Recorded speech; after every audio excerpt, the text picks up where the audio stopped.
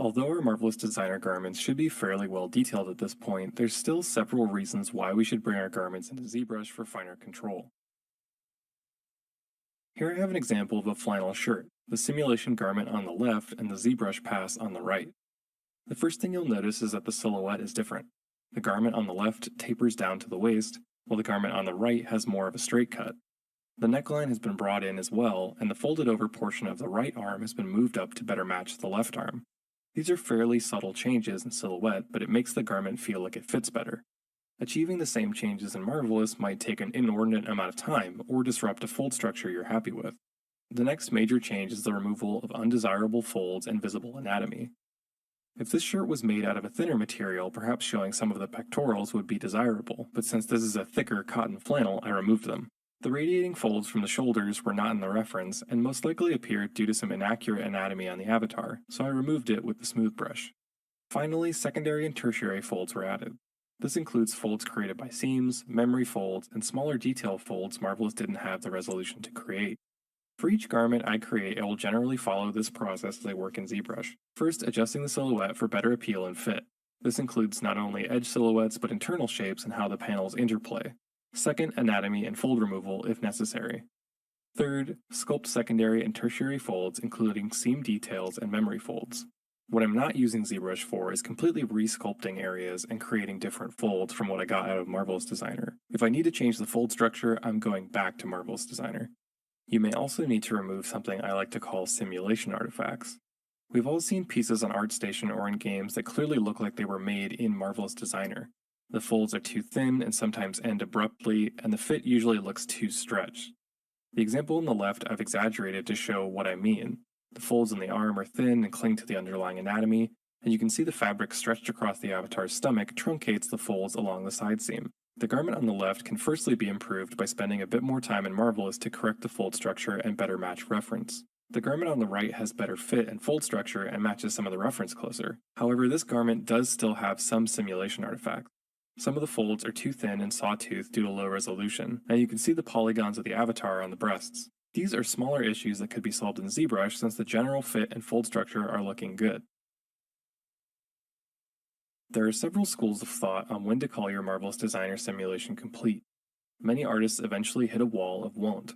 That is to say, they won't attempt to get the final result in Marvelous simply because of the time it takes to do so, and this is perfectly okay. Sometimes getting the perfect fold structure, silhouette, or detail in Marvelous can be tedious, especially if one has more experience in ZBrush. For most, there is a threshold. Personally, I prefer to do most of my work in Marvelous if I can, since it can be very quick to create entire.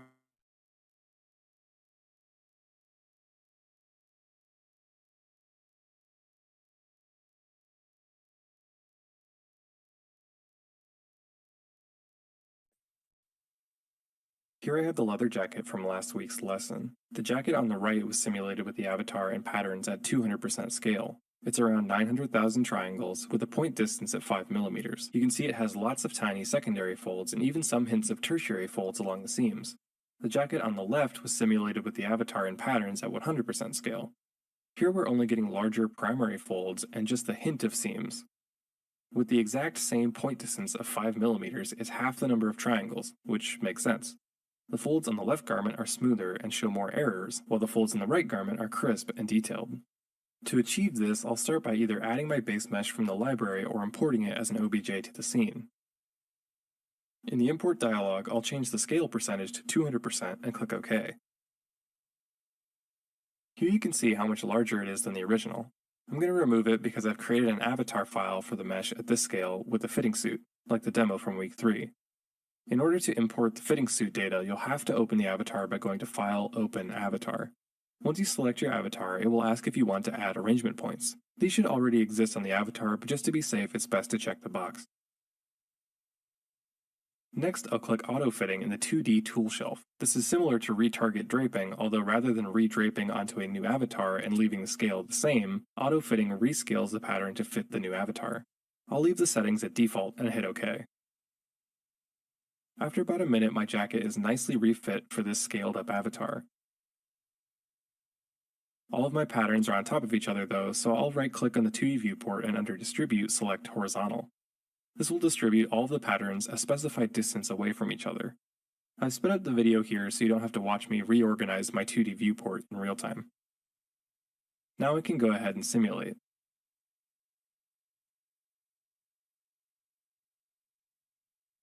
You can see we're already starting to get a little more detail.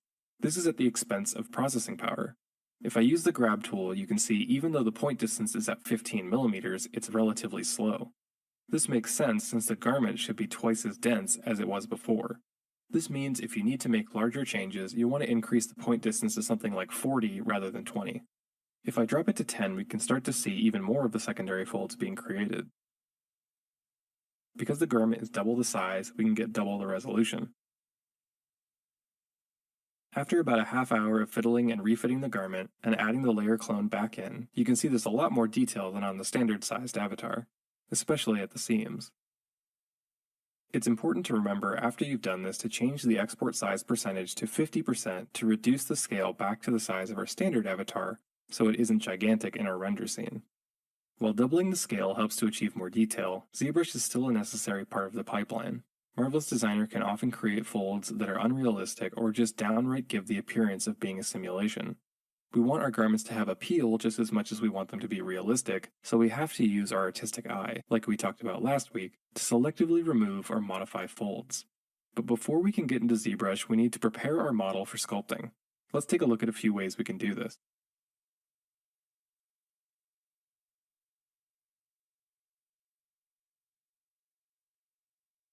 Topology in Marvelous Designer is entirely triangulated and procedural.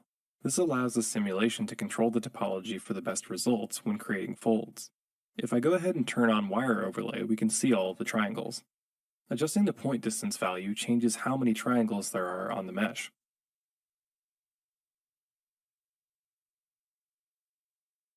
Unfortunately for us, ZBrush doesn't do well with triangles, and it's hell on subdivisions, which we want so that we can quickly make it pinches at the points where the triangles meet, and it completely destroys edge seams. So, we need to convert these to quads.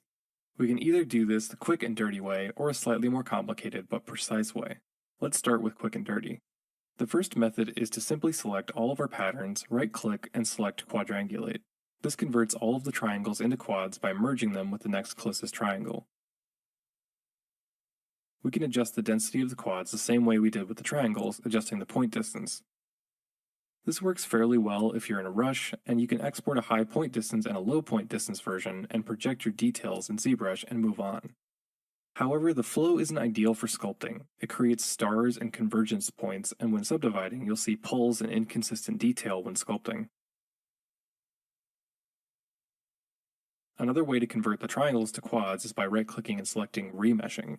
The remesh feature will convert the triangles to strips of equidistant and consistently sized quads, but it will leave some triangles on the edges of patterns to maintain curvature. Imagine if you were to place a subdivided plane over the panels and then boolean it out. That's exactly what we're getting here. Once again, this is great if you're in a rush. Just go into Maya or use ZModeler tools to fix the triangles on the edges of the panels and you're good to go.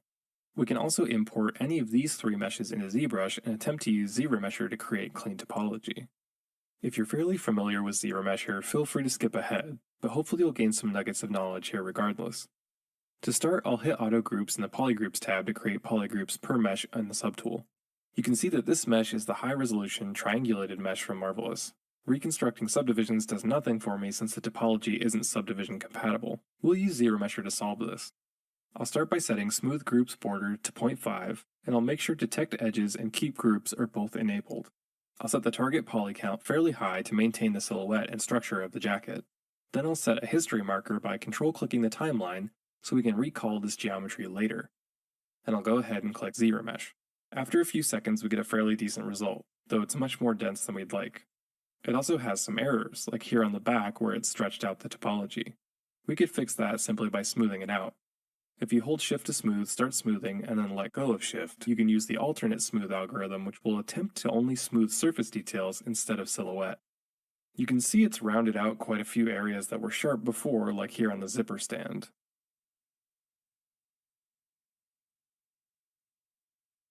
To fix the errors in the remesh, I'll scroll down to the Deformation tab and use Polish by Features.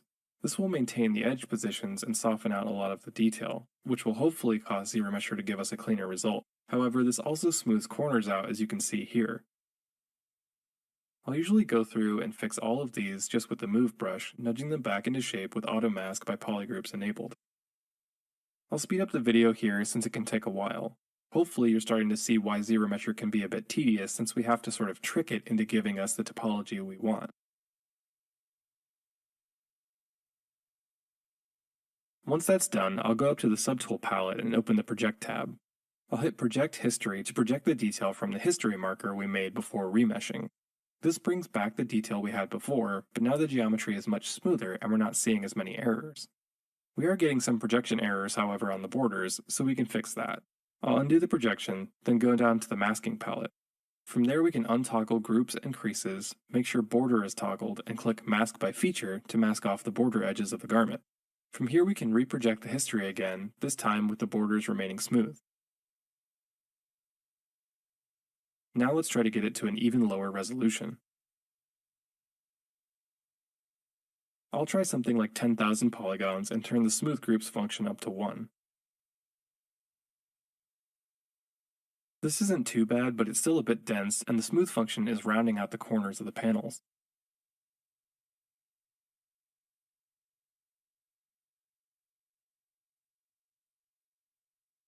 I'll undo and try disabling Keep Groups entirely. This gets a slightly cleaner result at the corners, but it's still a bit dense. We can use this as a starting point for the next remesh. I'll start by projecting history again, then I'll hunt around the mesh for any remeshing errors like corners that don't meet, holes, and triangles. Once that's complete, I'll try remeshing at 2000 polys. This is too low for the algorithm. You can see we have huge missing sections, gaps, and some nasty topology.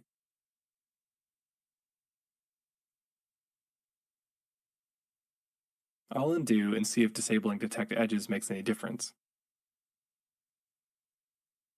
As you can see, we still have the same errors. I'll turn Detect Edges back on, then set the target poly count to something like 4000. That's a bit better. I'll speed up the video a bit here as I use ZModeler to fix some remeshing errors, like this corner here. With the ZModeler brush active, I can hover over an edge and hold the spacebar to see the edge actions. Then I can select Split and add a vertex to the edge, making it a quad. Then I can move the new point to fill the gap.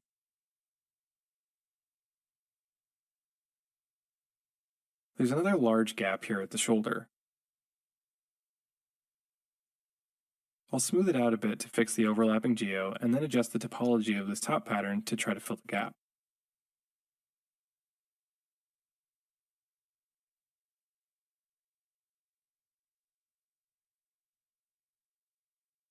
Then I'll project history again.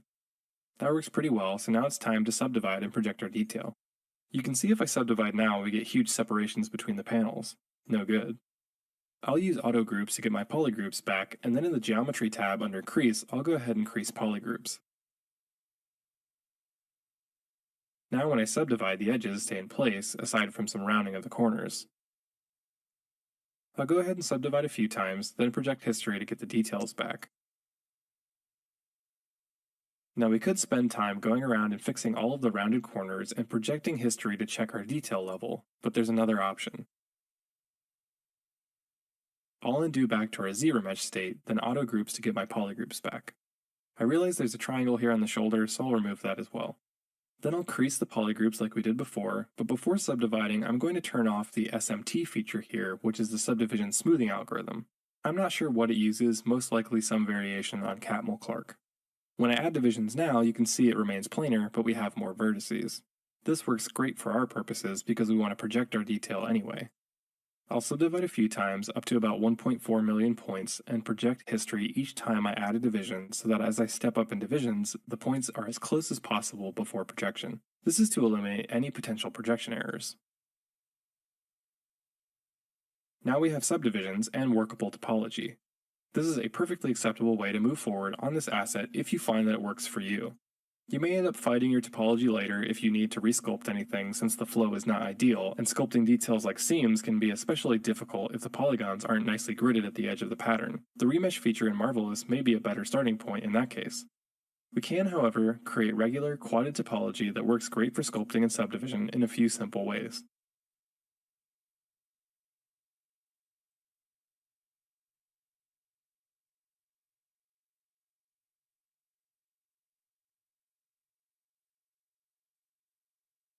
To start, I'll double-click my avatar and hide it by right-clicking and selecting Hide.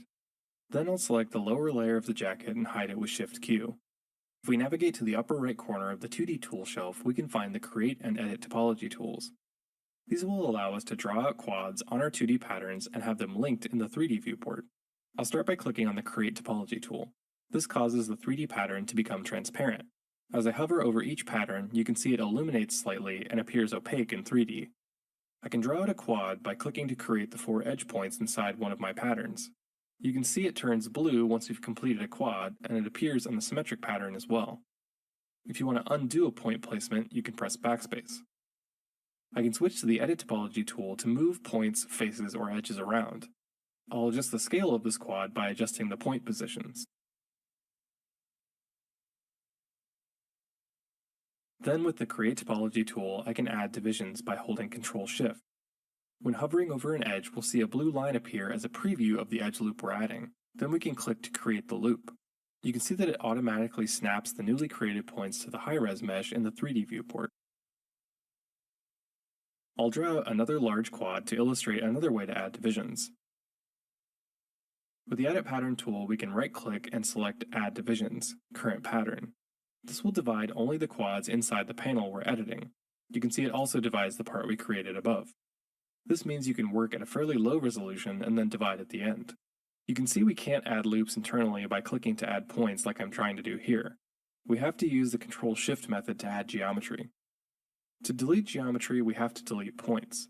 Unfortunately, there's no drag select, and deleting faces leaves the points. If you want to delete en masse, you can double-click on a point to select all connected points and then press the delete button on your keyboard. I'll go ahead and speed up the video as I create topology for the panels for this jacket. The topology tools in Marvelous Designer are still somewhat new and lacking in features, unlike QuadDraw in Maya or Topogun. Moving a large number of faces is tricky, each quad has to be drawn out individually, and there's no smooth or relax operation to make sure faces are nicely spaced. It is nice, though, to have it appear in 3D at the same time and wrap around the mesh cleanly. While creating topology, there are a few things we want to think about. First, we want to make sure our quads are regularly sized so that when we subdivide, each quad has divisions added equally. That way, when we sculpt across our mesh, we don't get discrepancies in detail. Secondly, I like to make sure the edges that are sewn together have the same number of faces, whether I'm going to weld them in the end or keep them separate. This helps to maintain consistent quad sizes and allows me the option of welding them together in the end if I want to be able to sculpt across seams. Thirdly, I want to make sure that the topology flows around the edges of the panels to help maintain curvature. Let's take a look at an example asset to get a better idea of how to lay out our topology. Here I have 3 examples of potential subdivision topology flow for a panel with curved and straight edges. The far left example has evenly spaced quads, with the curved portion created by shrinking the size of the quads along the edge. The layout is almost perfectly even, but when I rotate the light around in the scene, you can see there's a pull on the edge due to the quad that terminates along the curve. If I enable Displace Subdivisions in the Smooth Mesh preview attributes for the shape, you can see why. Instead of having loops that flow nicely around with the curve, there's a section that bows outwards. If we were to attempt to sculpt it,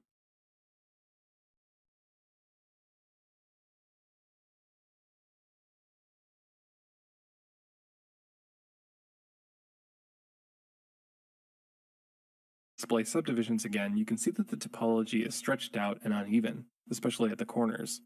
The corners are also rounded out, meaning we'll lose continuity between panels. As a solve for both of these issues, I've combined the two. The straight edges have straight rows of quads, while the curved edges have a supporting loop. Because of this, we get a star pull close to the seam, but it should be far enough away from the edge. So as I'm retopologizing my panels, I'm keeping this middle example in mind, supporting curved edges where I can, and making sure straight edges have neat rows of quads. Now back to remeshing. I would highly recommend that if you decide to use Marvelous to retopologize, that you hotkey the Edit and Create Topology tools so that you can swap back and forth quickly without having to click the buttons on the tool shelf. We can do this by going to Preferences, User Settings, Shortcuts. Then find the Create Topology and Edit Topology actions. You can also modify the hotkeys for any of the other tools you use to speed up your workflow. It can be useful to start remeshing a pattern by tracing the outline. That way all you need to do is connect each of the outlined components. I'll usually try to start with very large polygons as well and add divisions with Ctrl-Shift rather than manually creating each quad.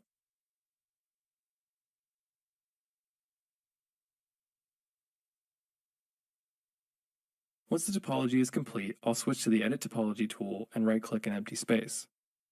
This menu allows us to either remesh all and replace the existing topology, remesh and create a duplicate, or add divisions to all of the panels. I'll add divisions first just to make sure the low poly topology matches as closely as possible with the simulation mesh. Then I'll right-click again and select Remesh All, Duplicate. After a few seconds, a version of the topology with a sort of translucent thick outline will appear. If I switch to the Select Pattern tool or press A on the keyboard, it will already be selected. Then I can move it up and away from the simulation pattern. If I go ahead and hide the simulation pattern and turn on the wireframe overlay, you can see we have our new topology projected onto the sim mesh.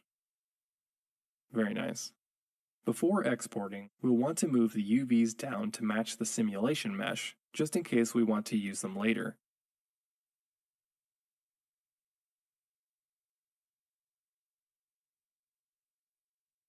I'll go ahead and export it as an OBJ and name it Jacket Retopo. I'll make sure it's set to single object, unwelded, and thin, that unified UV coordinates is checked, and that the size is in centimeters, and export.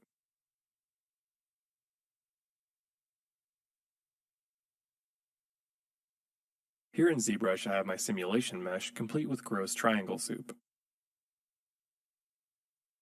I'll use Subtool Master, which you can find in the Z plugin menu, and select Multi-Append. From there I'll select my Jacket Retopo OBJ and click Open.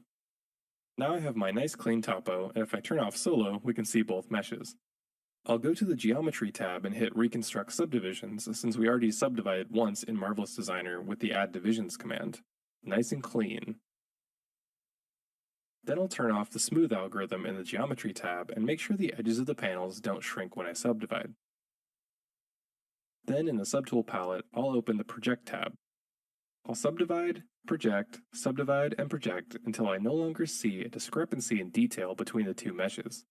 I can solo while I do this since the high-res mesh is still technically marked as visible in the Subtool palette, and the projection still works.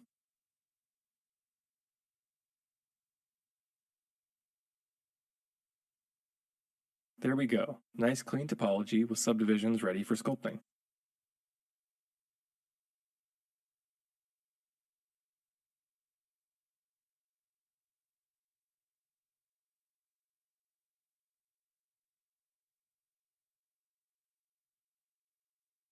While the topology tools in Marvelous Designer are convenient in some ways, like automatically conforming to the pattern shape and mirroring to symmetric patterns, it doesn't have the ability to smooth the topology, and the editing tools are somewhat clunky. So let's export to Maya. To start, we need to make sure our UVs are usable and don't have any overlapping. I'll right-click and select UVs to 2D arrangement, and that should be good enough for our purposes. Then I'll select all of the top patterns and go to File, Export OBJ selected. I already have a version exported, so I'll go ahead and overwrite it. In the settings, we'll want to make sure it's set to thin and unwelded, and that unified UV coordinates is checked, otherwise it won't export with the nice UVs we just set up. Then with the patterns still selected, I'll increase the point distance from 2 to 5, just to give my computer a bit of a break. Then I'll right-click on the patterns in the 3D viewport and select Reset to 2D Arrangement. This will flatten out all of the patterns in 3D space to match the 2D viewport. I'll export this with the exact same settings, naming it Jacket MD Flat. If you want, you can check Include Internal Shapes. This will export your internal lines as NURBS curves for reference. I won't, since this seems to be broken in the current release of Maya 2022. Next, I'll import both meshes into Maya and double check that the UVs match.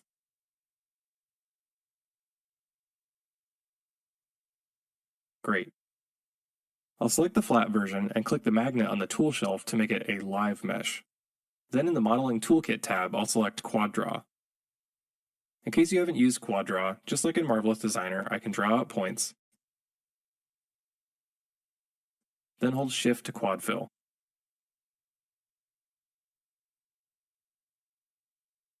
I can split polygons with the Control key and very quickly lay out topology.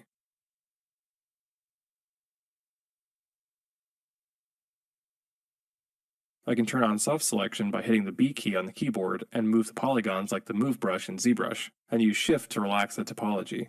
If I'm relaxing the interior portion, it won't affect the edges, but if I smooth the edges, it will only smooth the connected edge points. This tool is probably the main reason I use Maya as opposed to any other traditional 3D modeling package. Holding Ctrl-Shift, we get a yellow highlight which we can use to delete sections of the topology.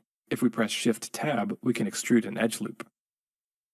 I'll speed up the video again while I remesh.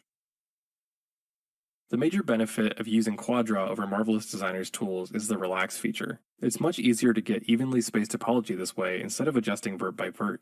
Not to mention being able to extrude edge loops to fill a pattern after I have the edges blocked in. I can also use any other built-in Maya tools, like duplicating parts of the topology and inverting it, and using the Scale and Rotate tools. I'll also use the Insert Edge Loop tool to insert a specific number of edges to match up with other patterns.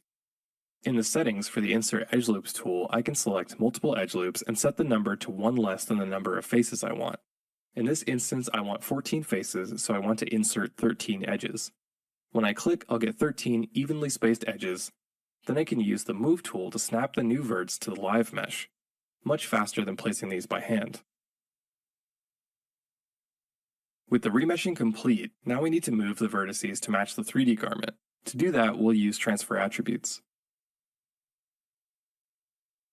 Transfer Attributes is one of the most powerful tools in Maya. It allows you to transfer data from one mesh to another in different spaces. For instance, here I have a cube and a polysphere. They have different vertex orders, so if I attempt to create a blend shape between the two, you can see it fails. Ugh. I'll turn that off and remove it by clearing the history. If we look at the UVs though, they're almost identical. This means we can use Transfer Attributes. I'll select the polysphere and then the cube because I want to transfer attributes from the polysphere to the cube.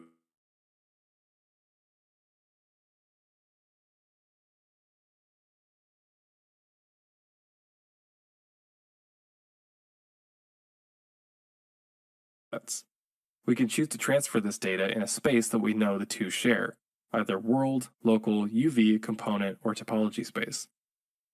We can also specify mirroring, whether we want the UVs to be flipped, how color borders should be handled, and the search method, either closest along normal or closest to point. For this experiment, I want to transfer vertex positions and nothing else. I want to do this in UV space since I know they share the same UVs.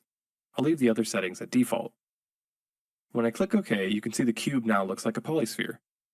This tool is probably one of my favorites and has tons of use cases, from spherifying normals, to fixing vertex order issues, to removing visible seams on separated meshes. You can see how we can apply this to our flat topology since the flat garment and the 3D garment share the same UVs. To start the projection process in Maya, I'll use Transfer Attributes to transfer the UVs of the flat pattern to my clean topology, which as you can see is currently garbage. I'll do a quick normal base projection just to get something that makes sense to look at. I'll turn off Live Mesh on the flat from Marvelous and then rename my clean topology to Jacket Retop. Then I'll select the flat pattern from Marvelous, followed by the clean topology, and go to Mesh, Transfer Attributes, and click the Options box. I'll turn off vertex positions and set UV sets to all. I'll set the transfer space to world since they're directly on top of each other, though local would also work. Then I'll hit apply. It looks like my UVs were deleted, but they're just way outside of 0 to 1 space. Nice. Now I have the same UVs on the clean topology. I'll clear the history with Alt-Shift-D, since otherwise the Transfer Attributes node would continue to recalculate as the mesh moves in world space. Next, I'll go to Mesh Smooth to add divisions so that the initial transfer into 3D space is more accurate. More points to search along equals more accuracy. Unfortunately, the smoothing algorithm softens some of the edges, so I'll usually go through and make sure all of the edge points align nicely, just using soft selection and nudging points closer to the edge. Now with our clean topology subdivided, I'll transfer the UVs from the flat sim mesh once again since the point positions have moved. I'll set the attributes to transfer to UV sets current and the sample space to world and hit apply. Great. Then I'll clear the history on the clean mesh again, I'll duplicate it to preserve the flat version just in case we need it, and I'll rename the duplicate to Jacket Retop 3D. I'll select my high-res Marvelous Sim, then the Retopo 3D mesh, and in transfer attributes I'll change the attribute to transfer from UV sets to vertex positions. I'll set the sample space to UV and hit apply. Beautiful, we have clean topo in 3D space. At this point you'll want to decide if you're going to weld your edge seams or not. Welding seams can be useful if you plan to do lots of resculpting. If you're new to Marvelous and creating clothing for games, I would probably recommend you do. However, this will make it slightly difficult to create nice seam lines. Here I have a very simple example with a square panel of cloth in ZBrush. The one on the left has seams sculpted where the two patterns were merged. The one on the right has the seams unwelded. You can see as I smooth across the seam on the left, it fades away easily since it doesn't have any supporting geometry. If I wanted to remove some of these larger folds cutting across it, I would have to resculpt the seam once I was done doing so. I'll undo real quick to bring it back. The same is true if I want to add microfolds across the seam. I can quickly change what's happening on the surface, but I also lose my seam line in the process. This can be desirable if I need to dramatically change the fold structure of my garment, but it can get annoying if I have a very complicated garment with dozens of seam lines.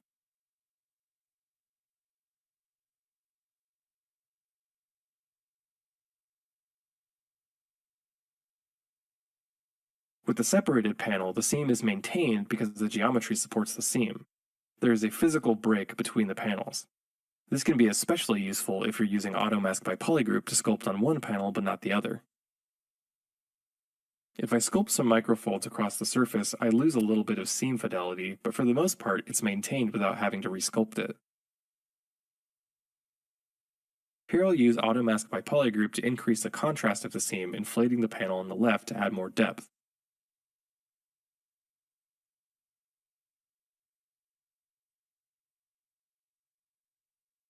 I can do the same on the welded panel by masking off the seam. This is fairly easy if your garment is a square of fabric, but once it winds around an arm or across an entire body, it can get tricky. It all comes down to what you prefer. In most cases, keeping the panels separate will get you a better bake result, but you can get around that by taking extra care with your seams.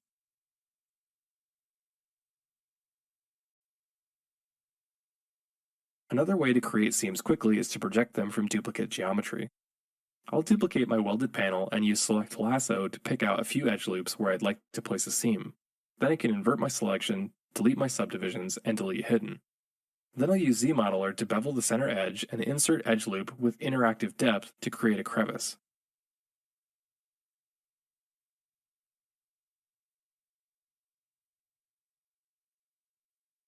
From there, I can add a few more loops to better shape the seam. Then I'll subdivide a few times. I'll go back to the original subtool and isolate the same edge loops for projection. I'll mask them in Solo, then unhide the rest of the mesh and invert the mask. It's important to blur the mask a bit so the edges aren't projected, but just the center. Then in the Project tab, I'll hit Project All, and I have a great start for a seam.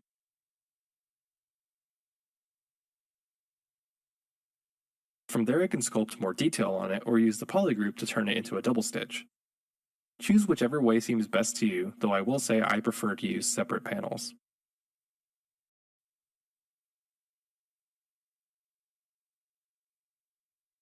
To weld your seams, just navigate around the mesh, aligning vertices and merging them. You can always add additional loops or remove some if you need to with Quadra.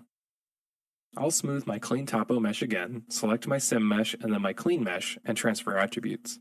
I'll continue to do this, smoothing and transferring vertex positions, much like projection in ZBrush, until the level of detail on the clean topo version matches the sim mesh.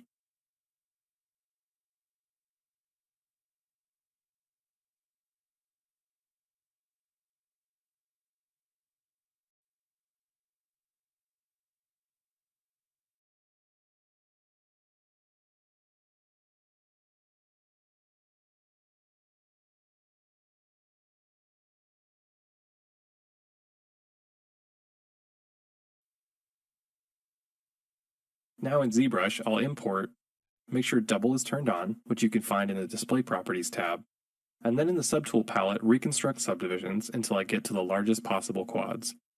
Nice. This is ready for sculpting.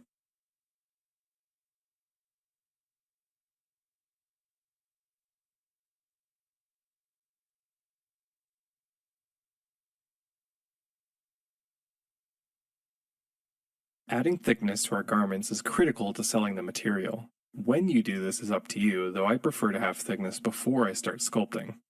There are several ways we can do this. The first method is panel loops. Before we start, we'll need to delete our lower subdivisions so we can add topology. We can find panel loops in the Geometry panel under Edge Loop. If we press the panel loop button, you can see what it does with the default settings. It adds thickness, polishes, and bevels the edge. We have settings for the number of loops added to the edge, the thickness of the extrusion, the intensity of the polish function, the bevel amount, and the elevation direction. We also have a profile here for the bevel shape. To start, we want the elevation to be at -100 because we've already created the outer surface of our jacket. The polish feature is removing too much detail, so I'll go ahead and set that to 0. That's better. The bevel is a little too intense, and it's reducing the size of the panels, so I'll reduce it to 25.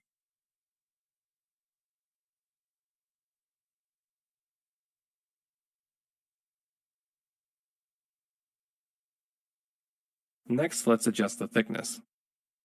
Oop. 0.025 is what to do. 0.01 still seems a bit too thick. Let's see what half of that looks like. That seems about right. I'll set the number of loops to 16 since I want to have 4 subdivisions and 2 to the 4th power is 16 so that we can reconstruct. Then I'll adjust the bevel profile. We can remove points by clicking and dragging them away. Then I'll take the furthest right point and drag it up to about 0.9. This will create a slope like an offset bevel. If I hit panel loops and we zoom in, we can see what the bevel slider does. I'll undo, then scrub it to 100. That's a pretty sharp bevel. Let's try 50. Much better. Having a bevel like this is going to make baking normals for our low poly much easier. It also helps to create some additional depth at seams like this side panel seam on the jacket. It rounds it out a bit and fills the space between. This will bake much easier. From there, since we added 16 edge loops, we can go ahead and reconstruct our subdivisions. Unfortunately, the maximum number of subdivisions we can reconstruct is 4, since the slider max is 25. I don't know why Pixelogic did this instead of making the max 32, but they probably didn't think of this use case. The downside of panel loops is that the edges often appear sharp rather than nice and smooth like they would if we had them before subdividing. Luckily, panel loops gives us polygroups for the edges. I'll start by hiding everything but the edge group and mask it off. Then I'll invert the mask so I'm only affecting the edge faces. I'll go up to the highest subdivision and go to the Deformation tab. Here I can use Polish by Features to round out the edges slightly and get a nice result.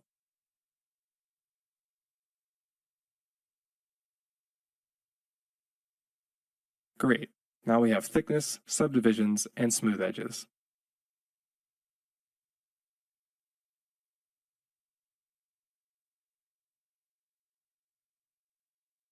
Of course, we can always add thickness in Maya before we export. I'll select my mesh and extrude. This takes a bit to load with such a high resolution mesh, so be warned. I'm leaving this in real time so you can see it. Any second now.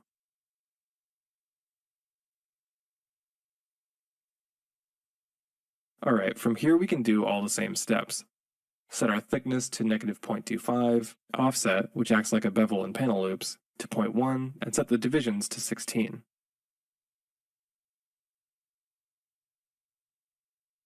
Be careful using thickness instead of local Z translate. It frequently goes rogue and you'll get stray verts that shoot off to the moon. Not ideal. I'll remove the thickness in the history, and it appears the offset has a hand in causing this issue as well.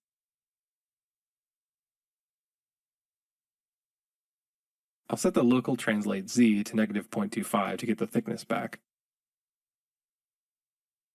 Unfortunately, the offset is still causing problems, so I'll leave it at 0.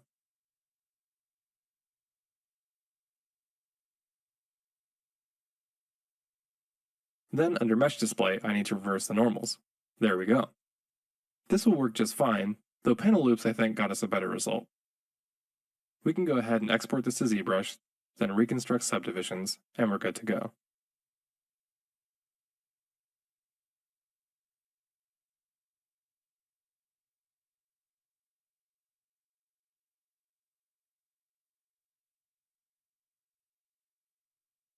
In my opinion, folds are probably one of the more difficult organic materials to sculpt well. Unlike anatomy, folds generally have very smooth, continuous flowing lines. Any wobbles, strange shapes, or inconsistencies will stand out. This is why simulating folds with Marvelous is so popular. Folds can be created quickly and at a somewhat more consistent quality level. To get a better idea of how to sculpt folds, let's take a look at their anatomy.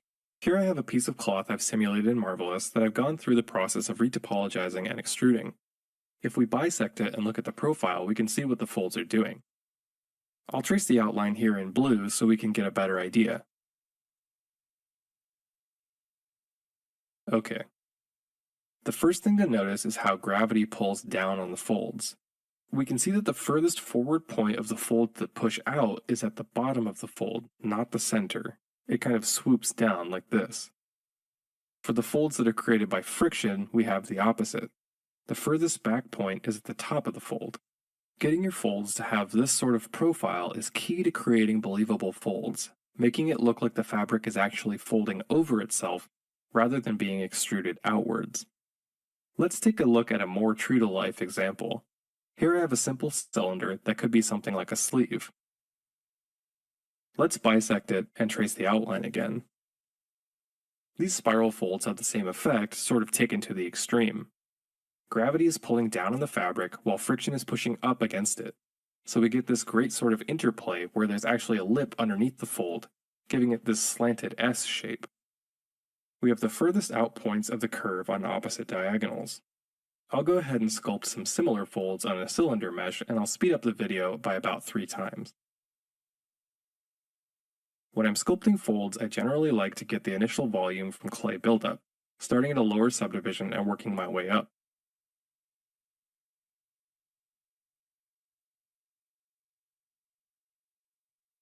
Then I'll use the move brush to adjust the silhouette continuity and make sure the folds push out a bit where they crash together.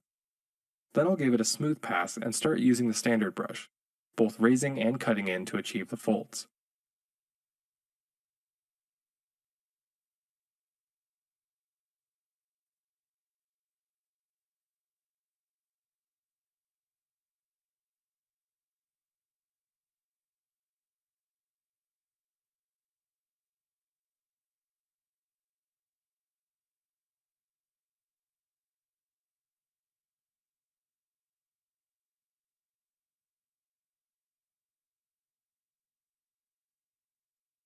It's important to look at your folds from all angles. Sometimes adjusting the top and bottom profile of your folds can really help.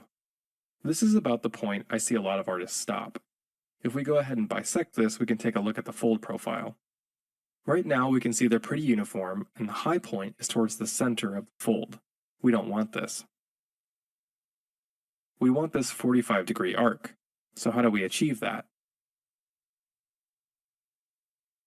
I like to use the inflate brush. I'll turn on Lazy Mouse and set the radius to 1, just because inflate tends to leave a broken line. Then I'll sculpt holding Alt, carving into the underside of the folds. While standard raises the surface equally across the brush radius, inflate will cause the fall off of your brush to sort of wrap around. This is exactly what we want. I'll be sure to raise the bottom lip of the folds that push out as well and take special care at the corners.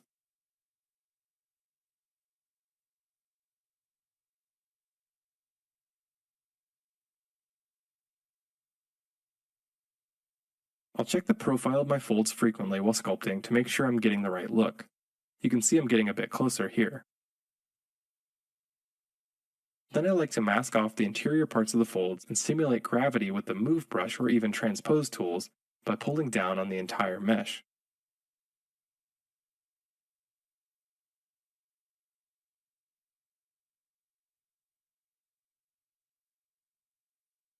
To clean up some of my sculpting artifacts, I've remeshed this cylinder with ZBrush, which gives me nice supporting topology, especially around these curves.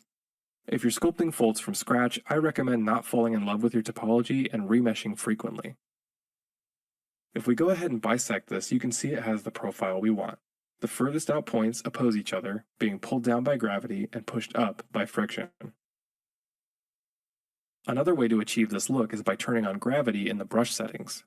Here I have a simple curve made with the standard brush. If I bisect it, you can see that it's fairly low impact, but the raised points are at the center of the fold.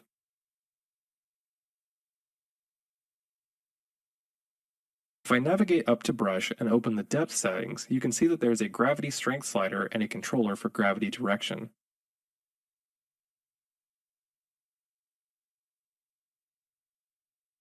Now when we sculpt, the stroke is pulled downwards in camera negative. I'll bisect the plane real quick, and you can see that the furthest out point is no longer at the center of the stroke, but towards the bottom of the stroke. We're getting a nice downward swoop. If we increase the gravity amount, you can see this gets really dramatic and almost has a triangular wedge shape. I'll set it back to something like 40, and this time I'll cut in with Alt. You can see that with the Alt button pressed, the gravity is automatically reversed as well. We get the opposite swoop effect we want from our folds. So what if we were to combine the two? I'll go back to a clean canvas and draw out a fold, then cut under it with the Alt mode. If we bisect it, look at that. Exactly what we want.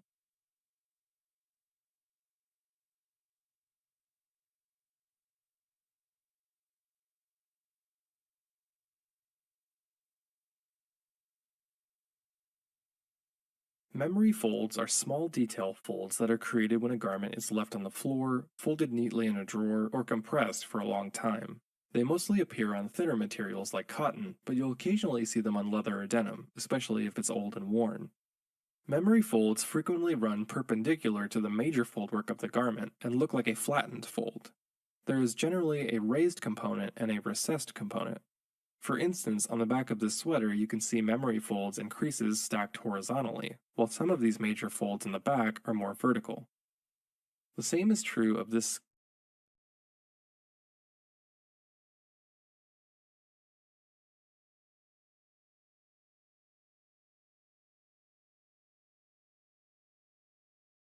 Is a relatively poor struggling intern when he can hold down a job. He leaves his clothes all over his studio apartment, and because of that, we often add lots of memory folds to his clothing. Let's hop over to ZBrush. Here I have the flannel shirt with subdivisions and thickness added. In the layer stack, I have a layer for silhouette adjustments, which I'll stop recording. Beneath that, I have a seams layer, which is set to about 0.5, that was created with the extractor brush. I always like to add my details in layers so that I can get back to the Marvelous export if I need to. I'll make a new layer on my highest subdivision and call it Memory Sculpted. I'll start in the back of the shirt. Using some of the reference I showed on the previous screen, I'll start by using Dam Standard and holding Alt to add the raised component of the fold. I'm trying to find a decent line perpendicular to the major folds running top to bottom on the back panel. Then I'll add the recessed portion by carving in underneath, slowly increasing the distance between the cut and the raised portion along the length of the fold. It's important to vary the direction, intensity, and scale of these folds to keep them from looking too uniform, but for now I'm not worried about making them as subtle as the reference. The benefit of sculpting on a layer is that I can sculpt with a high intensity and reduce it later. It's a good idea to smooth the edges of your memory folds as well so they don't end too abruptly. You want them to fade a little bit into the surface. I'll add them in areas that would have been folded or crumpled, like on the back if this character had been wearing a jacket over the top or sitting in a chair. I'll also add them on the arms where the sleeves are rolled up, since it has probably been rolled up multiple times. I'll add them on the front where the shirt crumpled as the character bent forward.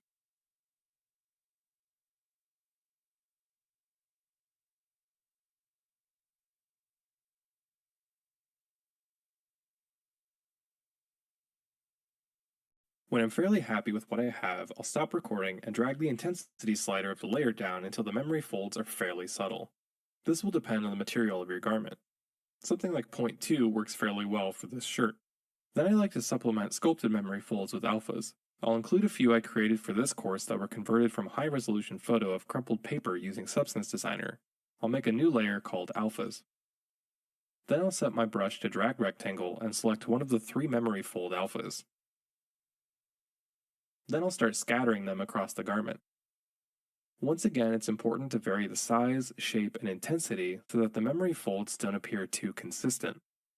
I'll also swap which alpha I'm using frequently to add variety. You can even smooth out some of the wrinkles.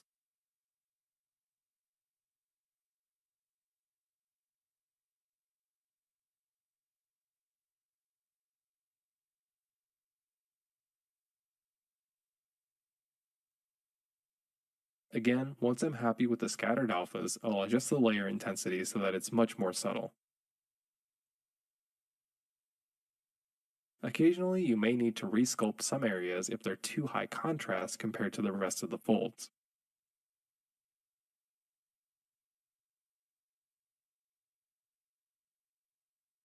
Here I have another layer I created using some additional alphas.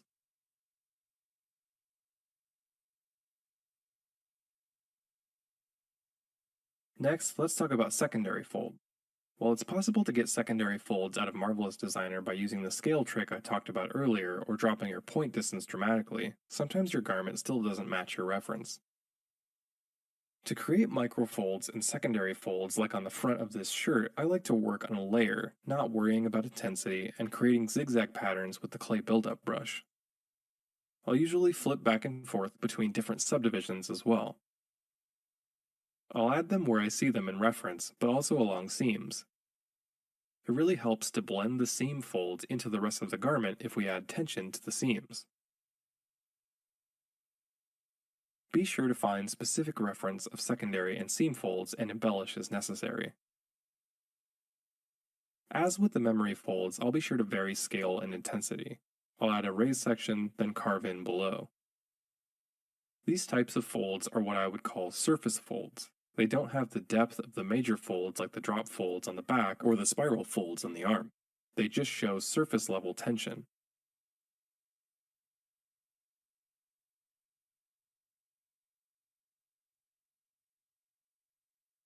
Once I'm happy with my secondary fold placement, I'll start smoothing the ends of the folds to fade them into the body of the garment. I'll use the standard brush to bring back any volume I might lose from the smooth brush.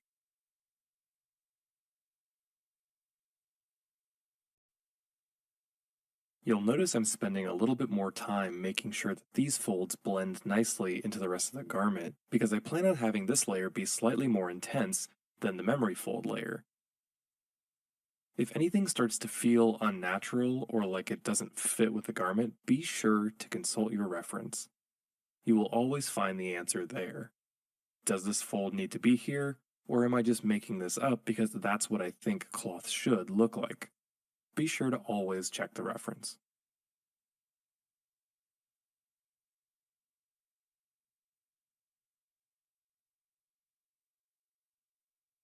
Once I'm happy with the sculpt, I'll decrease the intensity of the layer. The goal is to add all of the details in a subtle way so that they'll work together to create the final garment. If I start turning on my other layers, you can see how they add up to the final piece.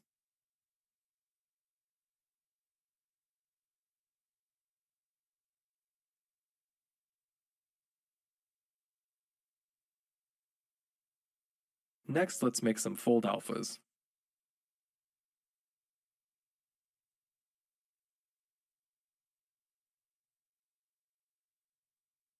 Rather than sculpt the tiny folds and creases created by different types of seams by hand, I like to work smarter, not harder. We can create detail meshes in Marvelous Designer that mimic the look of seams and then turn those into alphas for custom brushes. Step 1 is to look up reference for the type of seam you're creating, since garments of different fabric types often have multiple seam types, not just one. For this demo, I'll create 2 leather seams, a flat felled and a double stitch. To start, I'll create a square of cloth roughly 100 centimeters by 100 centimeters. The goal here is to create a larger version of a seam in a neutral state, and by multiplying the scale, we can get enough resolution to achieve the tiny microfolds that stitching creates. I'll be sure to set up the material to something dark and shiny so that all of the tiny folds get picked up. Then I'll offset the pattern outline by about 10 centimeters, making sure to choose unfilled corner for the side segment type and create internal line is checked. Then I'll select all of the internal lines and cut and sew. This way I can freeze the new segments to keep the square in place. In the simulation properties, I'll set the gravity to 0 so that the only folds we'll get is from the tension between the patterns. Next, I'll create the seam by offsetting the left and right sides of the pattern by 45 centimeters so that the seam width will be about 10 centimeters. I'll cut and sew one side since the seam would only be sewn on one side. Imagine the front and back of the leather jacket sewn together at this point. The flat felled seam is actually created by stitching the fabric together once with about a ½ inch of excess, then folding that excess over and stitching again. We could attempt to replicate that here, but internal lines do the trick. I'll be sure to set the fold angle on both the seam and the internal line to somewhere around 280 or 300 degrees.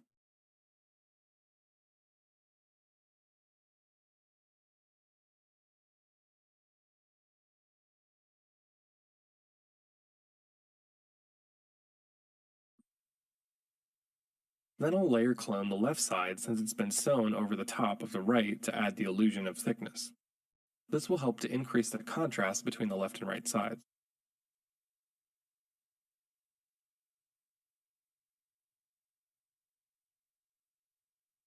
We can also freeze the bottom layer and increase the amount of fabric on the layer clone by adjusting the weft and warp shrinkages. As you can see here, I'm getting some good folds in the seam, but a little too much outside the seam. We can fix this a few ways. One is to adjust the weft and warp until it's a little less intense. The other is to use the steam tool. I like to set it to a low value, and if you use the pen with pressure sensitivity, it will take that into account to help get a more subtle result. Occasionally, freezing panels of your garment and only simulating one at a time can help you to achieve better results. You can adjust the weft and warp shrinkages or size that way without affecting the fold structure of the other panels. Sometimes, if you're really happy with your sleeves, but the back panel is too tight, freezing the sleeves is the right move.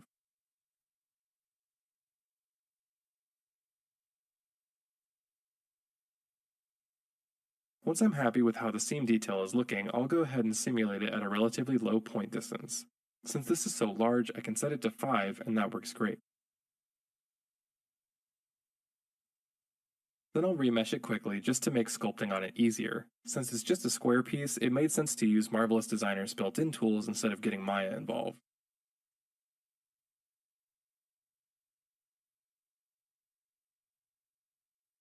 It's always a good idea to make sure you have UVs that match your simulation, just in case you need to use transfer attributes or if your Marvelous file gets corrupted. We can use the Trace UV options to get our patterns back. I'll export both the remeshed version and the high-res simulation mesh.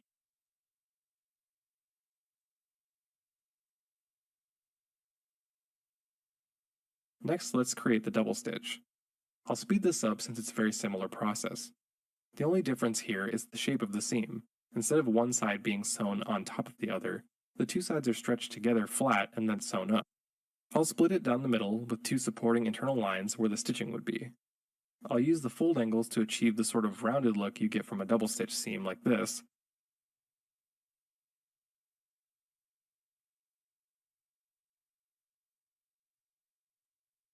And then use layer clone to add additional fabric for tension folds, freezing the bottom layer to keep the seam lines consistent.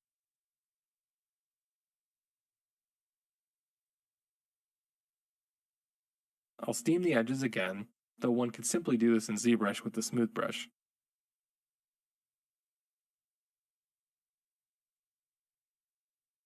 Then I'll remesh it using the same technique, starting with relatively large quads, and then using the Add Division command to get more resolution.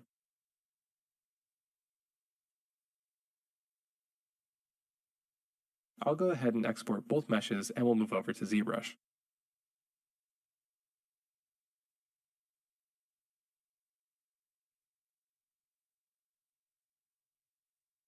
Here I have the flat felled seam, which I've cleaned up and added some thickness to with panel loops just like we did with the leather jacket. To create a custom brush based on the geometry, I'll start by selecting the extractor brush by pressing BXT. If I go ahead and sculpt on the mesh, you can see it just acts like a very intense standard brush. This is because we don't have an alpha yet. To capture the geometry, I'll go up to the alpha menu and click From Brush. This is hotkeyed to the G key by default. Here we can edit the alpha texture width and the blur at the edges of the captured alpha. I'll leave these at default for now, since the higher the resolution, the longer it takes to capture the alpha. Now when I hover over the geometry, you can see my cursor has turned blue. This means it's ready to capture. I'll increase the lazy radius on the brush, click once, and then hold down the Shift key to create a perfectly straight line. I'll drag down and let go, and ZBrush will process for a second or two. When it's done, you can see the brush has a new alpha, and when I drag along the surface, it looks like my flat felt seam. It's not perfect by any means, but it's much faster than trying to sculpt each one of these folds by hand. Here I have the double stitch seam to show you another way to bake height information into an alpha. I left the cleanup process in the video this time just because the results I got from Marvelous weren't as close to the reference as I'd like. I start by adding panel loops, using the bevel profile to create a nice rounded edge.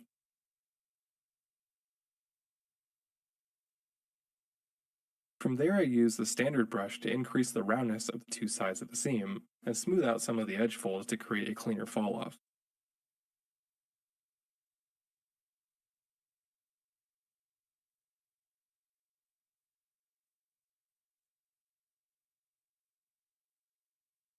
Once it's in a state I'm happy with, I'll zoom in a bit, then press T to switch out of edit mode and into the 2.5D canvas. In the tool palette, I'll change the active tool from my detail mesh to MRGBZ Grabber. Long name. This allows me to drag out a rectangle, which I can move by holding space, to select a capture region. After I let go, boom, we get an alpha.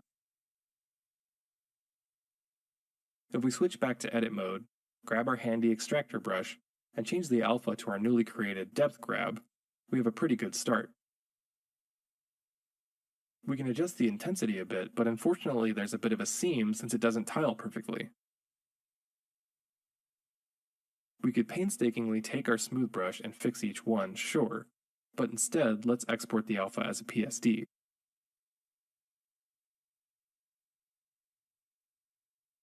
I'll go ahead and open it in Photoshop.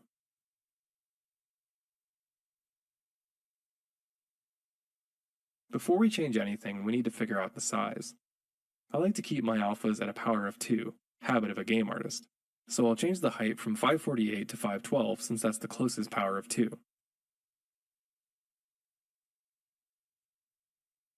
Then I'll navigate to Filter, Other, Offset. Since our seam is appearing when we tile our alpha vertically, I'll set the vertical offset to 256 pixels to simulate looking at the next tile, and there's our seam. From there, I'll make a rectangle selection, feather the edge by about 10 pixels, and go to Edit, Fill, and make sure it's set to Content Aware Fill. This nicely erases our seam, using nearby pixels for context. We can go ahead and repeat the offset just to make sure that the texture is seamless. Beautiful. Now back in ZBrush, we can re-import our alpha, and it's nice and clean.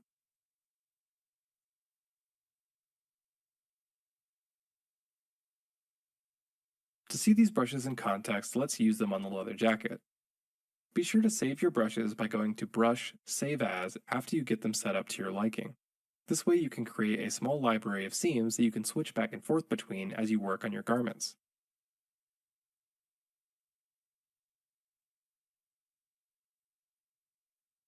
Of course, these brushes aren't enough by themselves. Usually garments have some secondary folds that extend out from the seams as well. I'll usually achieve these by masking off the seams and sculpting nearby, then smoothing the edges as they fade into the larger folds. Without this detail, your seams will look painted on, ruining the illusion. Let's talk about how to create those secondary folds in more detail.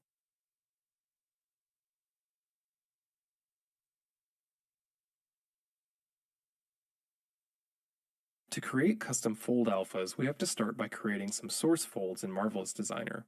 I like to use the cylinder as an avatar because it's the most versatile. We can create spiral, zigzag, diaper, and pipe folds all without having to change the avatar. I'll create a large rectangle of cloth and drape it over the cylinder, and then adjust the scale until it wraps neatly around the cylinder. I'll sew the two ends and tighten it up a bit. I was noticing faceting from the polygons of the cylinder avatar, so in the avatar properties under Smooth Avatar, I'll turn on Smooth and set the divisions to 3. Then I'll offset the outer lines as internal lines and cut and sew. I'll freeze them to create anchor points as I add fabric so that I create folds rather than simply creating a larger piece of fabric. I'll adjust the weft and warp shrinkages, pull with the grab tool, and change the fabric settings until I get folds that I like. Sometimes it can be helpful to use pressure to reset your folds, as it will push away from your avatar and then drape in a more natural way. For this example, I wanted to get fairly large, chunky zigzag folds, and I was having trouble doing that with the default preset. Eventually I changed it to Fusible Rigid, which really reduced the amount of folds I was getting and increased the volume.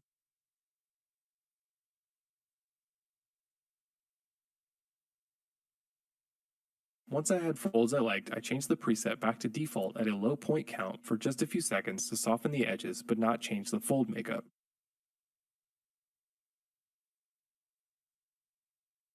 Now that I'm happy with the look of the folds in the cylinder, I'll make sure it has its UVs all mapped to 0 to 1 space by right-clicking in the empty space in the UV editor context and selecting Fit All UV to 0 to 1. I'll leave the dialog settings default and click OK. Then I'll export it as an OBJ, naming it Cylinder Detail, and make sure it's set to Single Object, Thin, and Unwelded, with Unified UV coordinates checked. Here I have the OBJ imported as a subtool in ZBrush. I'll scroll down to the UV map palette, and with bump set to 1000, I'll click Morph UV. This will blend the geometry into the flat UVs but keep the fold detail. Perhaps now you can see where I'm going with this. From here I can switch to the extractor brush, hit G on the keyboard to enable brush capture, and drag across the mesh. If you're having trouble getting a good capture, as I am here, make sure no other subtools are visible and try scaling up your subtool with the gizmo. It took me a few times to get a brush I was happy with. I'd recommend testing it on a cylinder or a plane. You can also use the depth grabber like we did for the double stitch brush.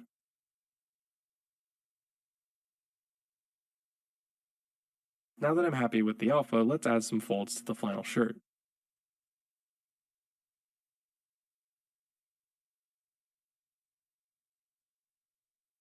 I'll make a new layer called Secondary Alphas.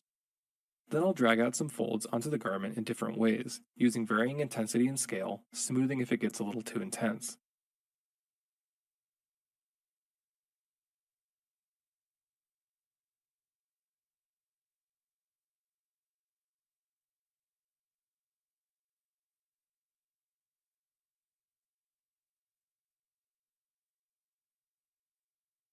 Once I'm happy with the placement, I'll adjust the layer intensity, and you can see I have even more fold detail much faster than just sculpting it.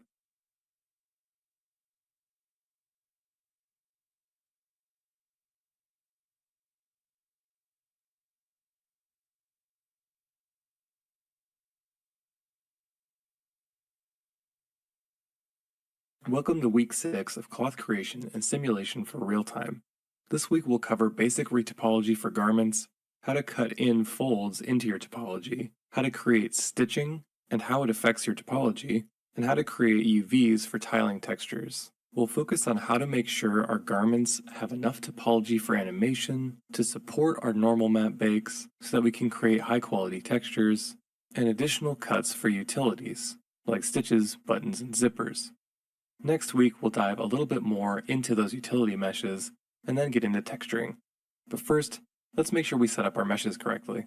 Let's get started.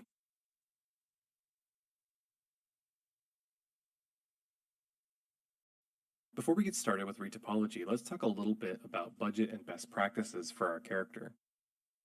First, we need to define our poly count and the number of materials we're going to have. Let's frame this as a single-player AAA game. AAA game characters are usually cast in tiers. Think of it like a pyramid. At the top of the pyramid, we have the most detail and the fewest number of characters. This is usually our hero or player character.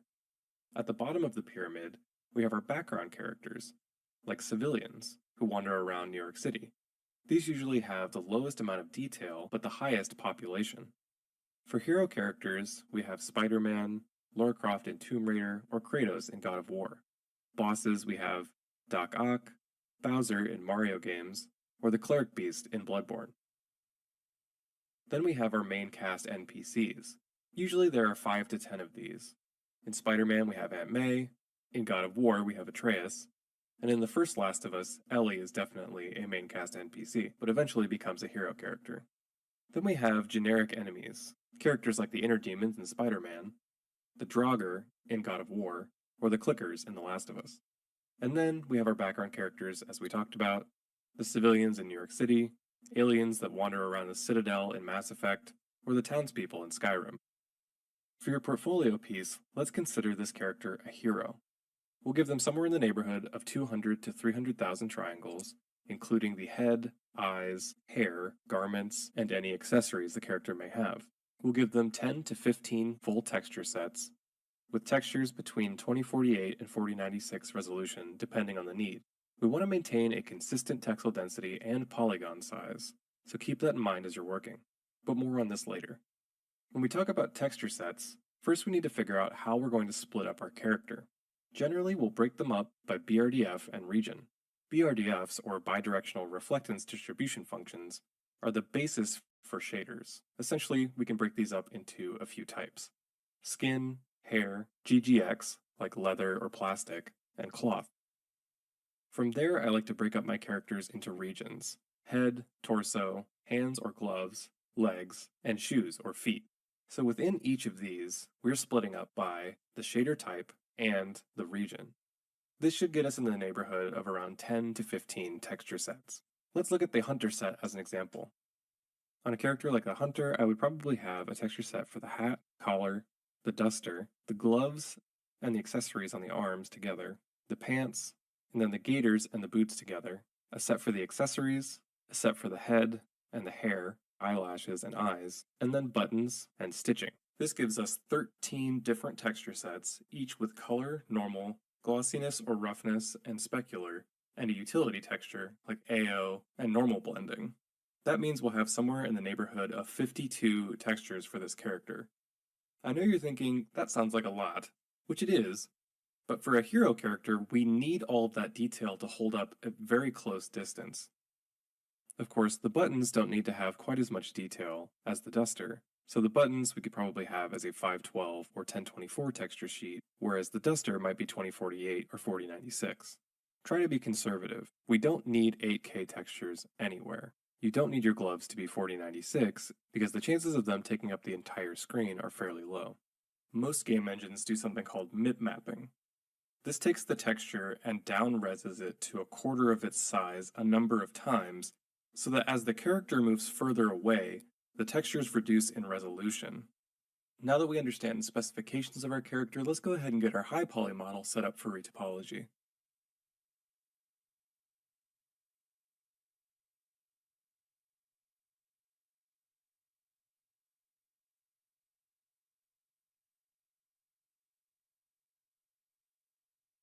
Let's go ahead and set up our high poly for baking and decimation. The first thing we want to do is make sure that we have a suffix that makes sense. For all of my high poly meshes, I have high in the name. Anything after that high suffix is going to be ignored by Substance Painter, so we can go ahead and use those to be able to differentiate between models. Here you can see I have glove laces temp. This is going to be ignored entirely because the high indicator is not there at all. However, gloves high upper and gloves high lower are going to bake to the same mesh. I want these to essentially be combined by the baker. And for the low poly, I'm going to create a completely welded mesh for the two of these.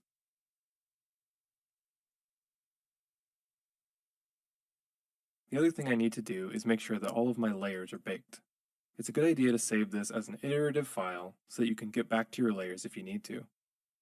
To do so, I can come back down to the Layers palette and select Bake All. The next thing I'm going to do, per mesh, is go in and remove back faces. Quadra has a rough time being able to draw between front faces and back faces, and consistently wants to push vertices into the back faces. So in order to remove this problem, I'm going to go ahead and just delete the back faces. To prep this model, I've gone ahead and made all of the back faces one polygroup. I'll usually work this way because it's just easy to turn them off. Now what I can go ahead and do is delete lower on my subdivisions, delete hidden, and then I'm ready to decimate. Decimation Master can be found under the Z plugin menu under Decimation Master. What this is going to do is reduce our triangle count, but try to maintain detail so that we can retopologize something that isn't a million polygons. I'll usually set my value to somewhere around 3% and then preprocess all once I'm ready. For now, I'm going to use preprocess current because the other meshes aren't ready because I haven't deleted those back faces yet. I'll go ahead and set the percentage to 3% and press preprocess current. This will take a few seconds to analyze the mesh and figure out a point order that is going to be more efficient than the current one. Now that it's done pre-processing, I can go ahead and hit Decimate Current. This changes the mesh from somewhere around 2 million polygons to 65,000. Much easier to work with in Maya. Now I can go ahead and export as an OBJ, or in the Z plugin menu, I can export as an FBX. Once all of my meshes are decimated, I can go ahead and modify the FBX export import settings. I'll change it from selected to visible. Make sure the version is compatible with the version of Maya I'm using. Make sure smooth normals is turned on, and then in the options, we can control how our polygroups are treated. We can export polygroups as materials or selection sets. In the case of the high poly, I want to export those as materials because I want to be able to use those materials to bake an ID map. I'll go ahead and turn this on for now. I'll also turn off export cameras. Then I'll go ahead and hit export and save it to a new folder called Bake Meshes. I'll save this as Hunter Decimated. If you find yourself needing to recreate your internal polygroups, you can always drop to your lowest subdivision and group by normals. You can adjust the angle tolerance to get a better result. I'll leave it at 45 and go ahead and hit group by normals. This gives me a polygroup everywhere that the angle between points is greater than 45 degrees. Now I can go ahead, select my internal faces, group them together, invert my selection, and group my external faces. Now I'm ready to delete those and decimate. After about 4 minutes of processing, this mesh is now ready to be decimated. I can go ahead and go into the Decimation Master settings, make sure that my percentage is what I want, and go ahead and hit Decimate All. This drops our point count from around 18 million triangles to around 1.5 million triangles. Much easier for Maya and QuadDraw to handle. Unfortunately, Decimation Master removes all of our polygroups. Luckily, they're pretty easy to get back as long as you have separate panels. You can just go ahead and hit Auto Groups. There we go. I'll go ahead and go through and do this for all of my subtools.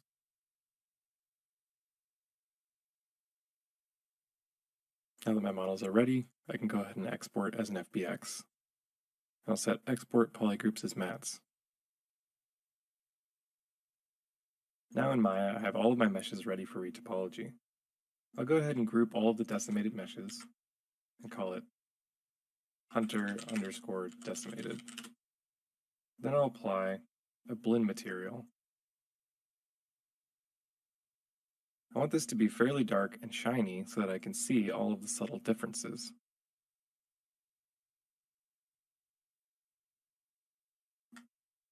Alright, now before we get started, let's talk a little bit about topology flow and what the needs are going to be of the low poly mesh.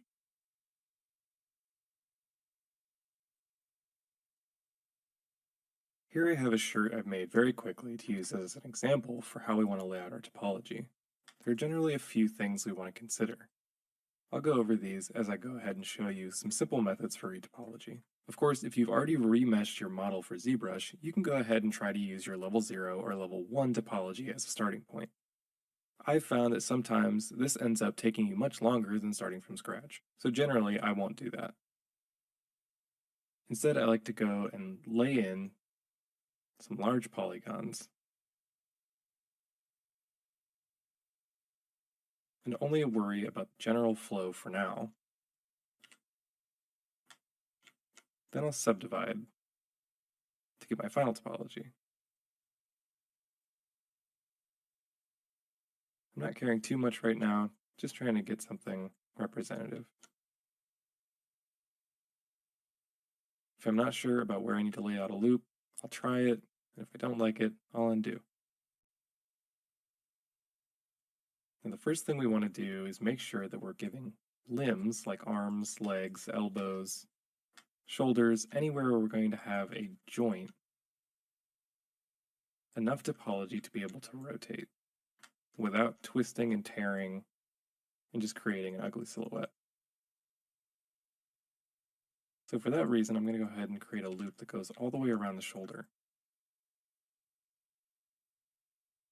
Just trying to keep it low and work fast here. I'm also trying to keep a relatively consistent polygon size if I can.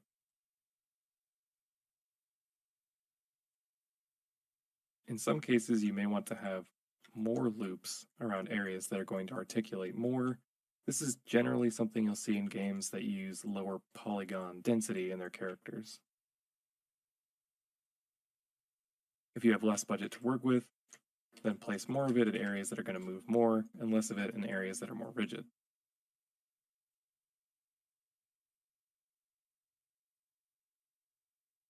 You'll notice that I'm only retopologizing half of this garment because even though the folds are asymmetrical, the general makeup of the garment is symmetrical. So I'm going to duplicate it over the symmetry line once I'm happy with my topology.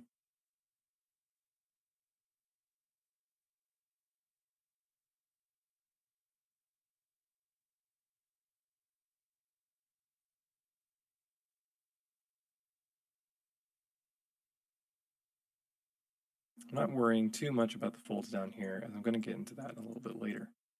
Right now, I just want perfectly gridded topology.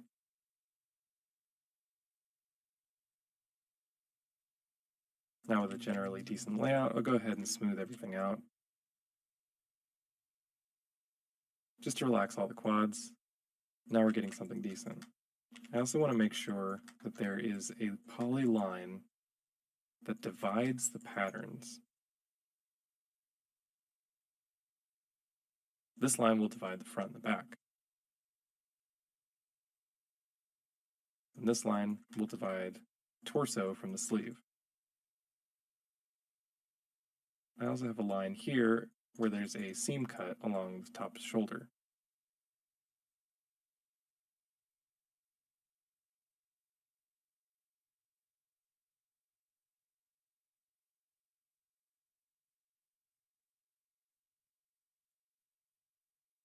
Sometimes if quad draw isn't quite working the way you'd like, and it's not putting points on the faces you want,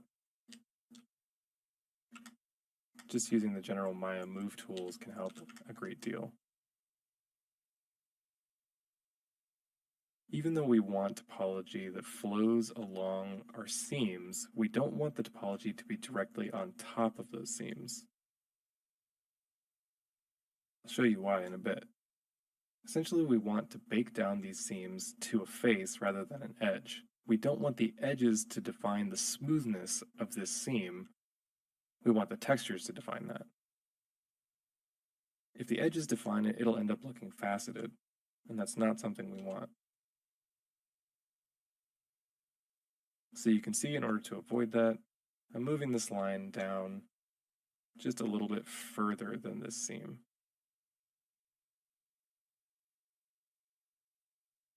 Then I'll go ahead and place one just above. Actually, I'll wait on that until after I've subdivided. All right, now for the sleeve.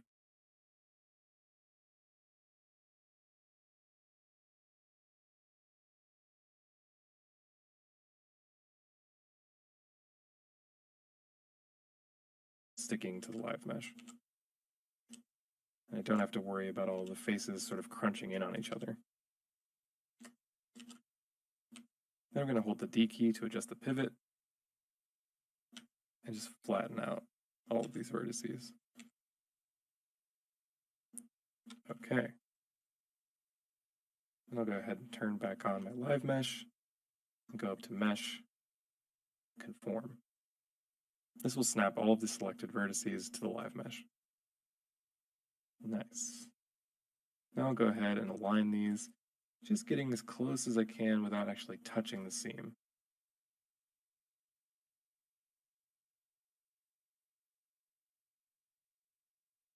Now you can see here, just barely, that all of my polygons are rotated a little bit instead of lining up with the seam here. So I'm just going to go ahead and push it back a little bit. Pull all of these points around, try to match up better. All right, now that we have that, we can go ahead and just start adding in some loops and have them automatically snap to the live geometry.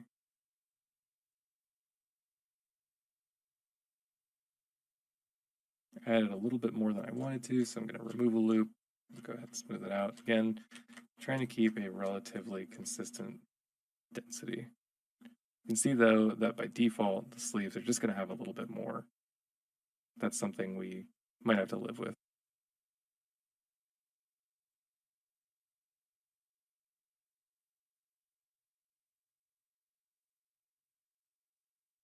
Here I'm trying to line up the shoulder seam just so that it's not too far away.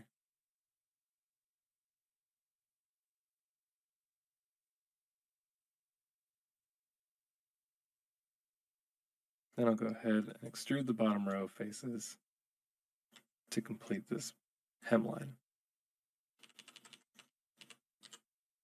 On occasion, you may need to clear the history on your mesh, as when you're working, you can see it, you stack up this huge list of history of all the polygons that you've moved around. If you want, you can go ahead and turn off history up here. Looks like a little clock.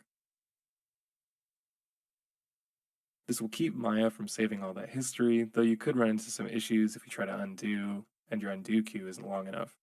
Personally, I leave my undo queue at infinite. I always want to be able to get back to a previous state.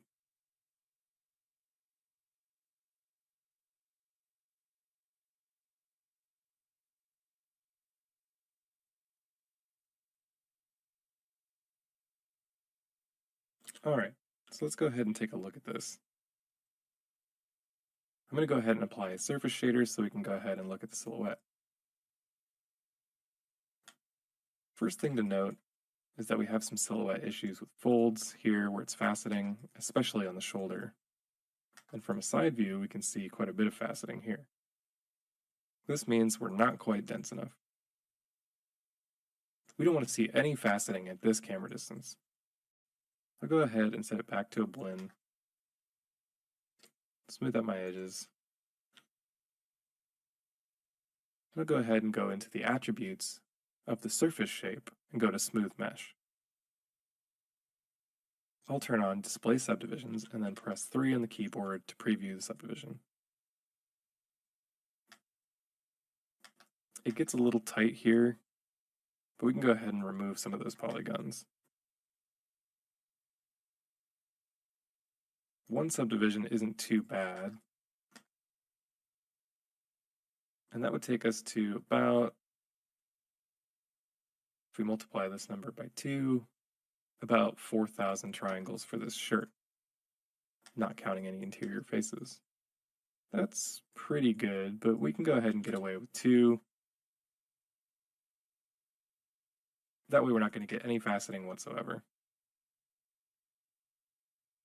And with that, we'll be around 14,000 triangles. Not too bad.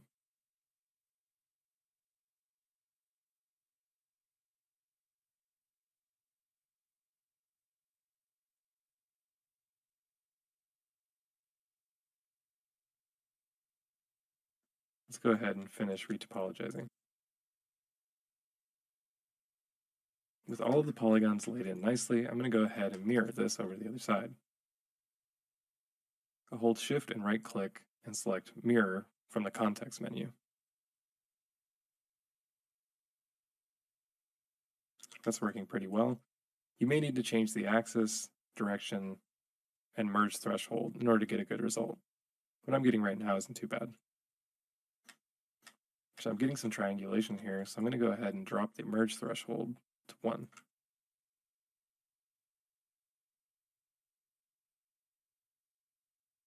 I'm using Subdivision Preview here to try to find any errors that might be occurring, like some floating vertices here. And I'll go ahead and stitch up this back piece. Okay, with that done, I'll go ahead and select all the polygons on the left side, go to Mesh, Conform. Not great. I will deselect this bottom ring and try again. That's a little bit better. Then we can go ahead and do these by hand.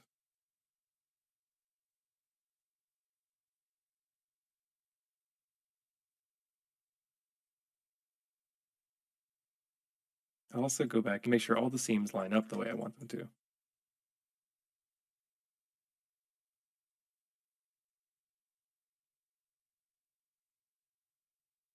I'll line up the shoulder just a little bit better, making sure all the polygons are on a consistent side of the seam.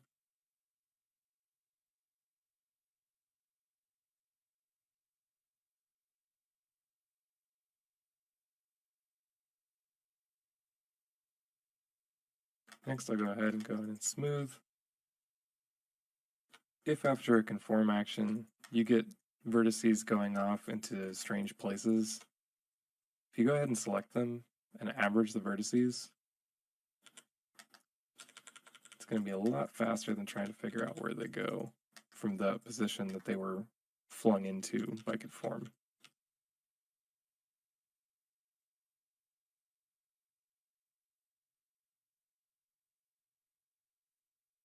All right, so if we were working on a game for the PlayStation 3, I would say we're practically done.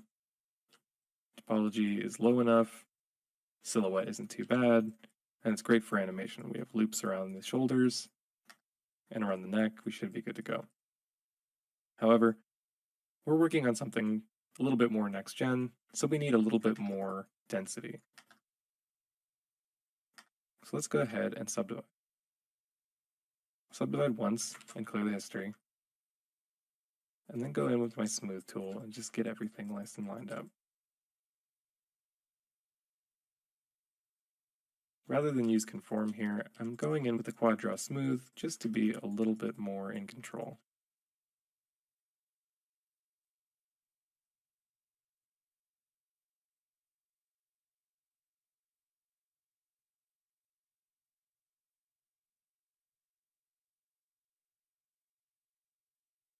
I'm also going to remove some edges that seem unnecessary for now.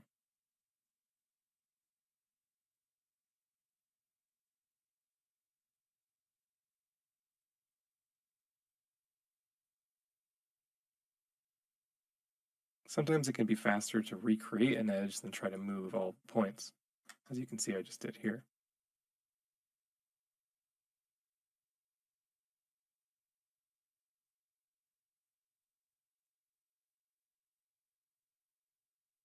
Lovely, let's undo that. Fortunately, conform seems to have some real issues when it comes to the edges of polygons.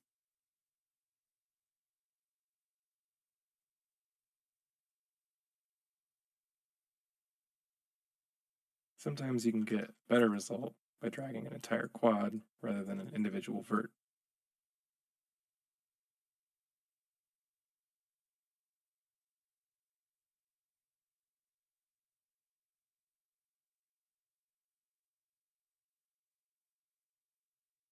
Alright, let's examine our topology. Go ahead and apply a surface shader once again. There's a little bit of faceting around the shoulders, which we could take care of just by inserting a couple of loops. The folds aren't too bad, but we can start to see some sawtoothing.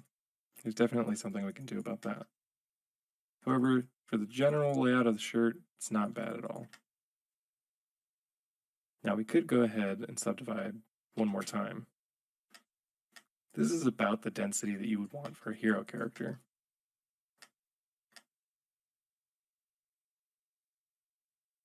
If we turn off our live mesh, we can get a preview of what our actual poly count would be, around 15,000. That's quite a lot for a simple shirt. However, if this is on a hero character and it needs to deform nicely with the underlying anatomy, having all of this topology is going to help quite a bit. Before subdividing, I'm going to create a crease set to lock in all of my seam edges that I've carefully placed. I'm going to go ahead and select all of these seam edges. Go up to Windows, Modeling Editors, Crease Sets, and add a new crease set.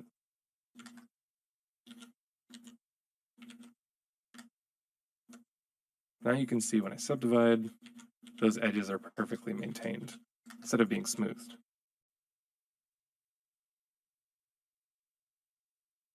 This works much like crease sets in ZBrush. Is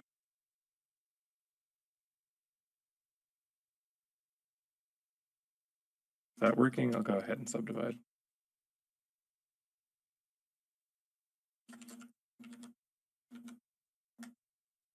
Nice. Now I can go ahead and select all of my edges here and convert it to a vertex selection. Then I'll select all of the border edges as well.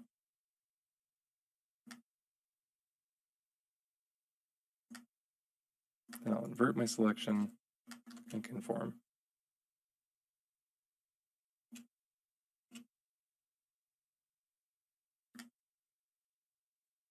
There we go. That's looking quite nice.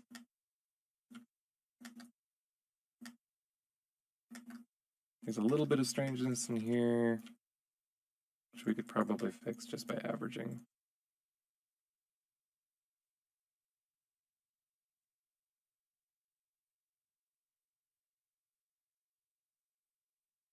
That's a much better result than before. Okay. So now let's go ahead, take a look at our seams. They're lining up okay, but we could do a little bit better. For this side seam, I'm totally okay with the polygons being almost right on top of it. Especially since it cuts in, it doesn't really break silhouette much. For the shoulder seam, however, I'm going to give it a little bit of room. This is because I'm going to add a second loop here.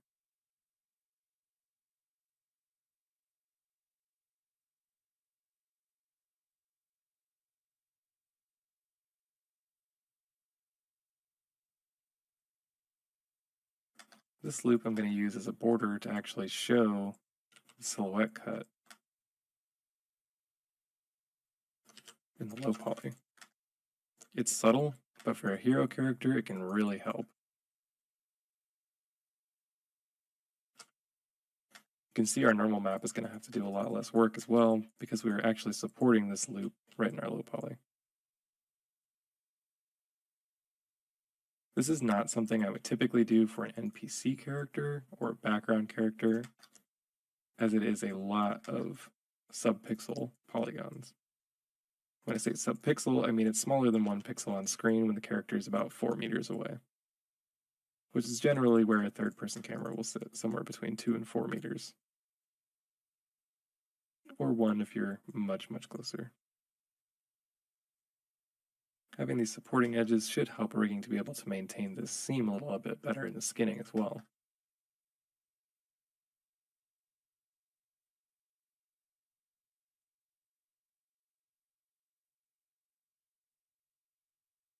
You can also use these edges for stitching, which I'll cover a little bit later.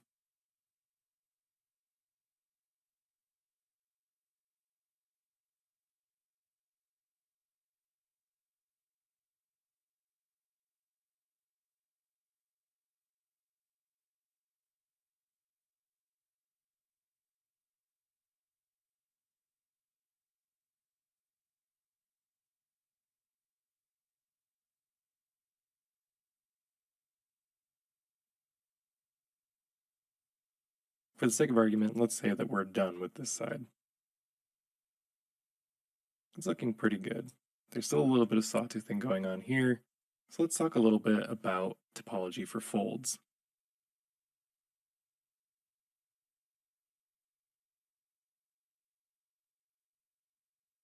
Here I have a few examples of how to cut folds into your topology. On the far left we have the high poly, and if I go ahead and turn on the wireframe, we can investigate these examples. The first is simply gridded. You can see it's clearly not ideal, as the topology sawtooths, folds are not held up in silhouette, and clearly it was difficult to bake because there are several bake errors. The next is cut in using the multi-cut tool. This started with the perfectly gridded topology, and then was modified to better cut in the silhouette and follow along with the fold structure. This works fairly well, bakes nicely, and holds up at all angles. The next is taking this a step further and completely modeling in new topology for the folds. All of the topology follows the folds, giving it perfect silhouette and topology that's clean to look at.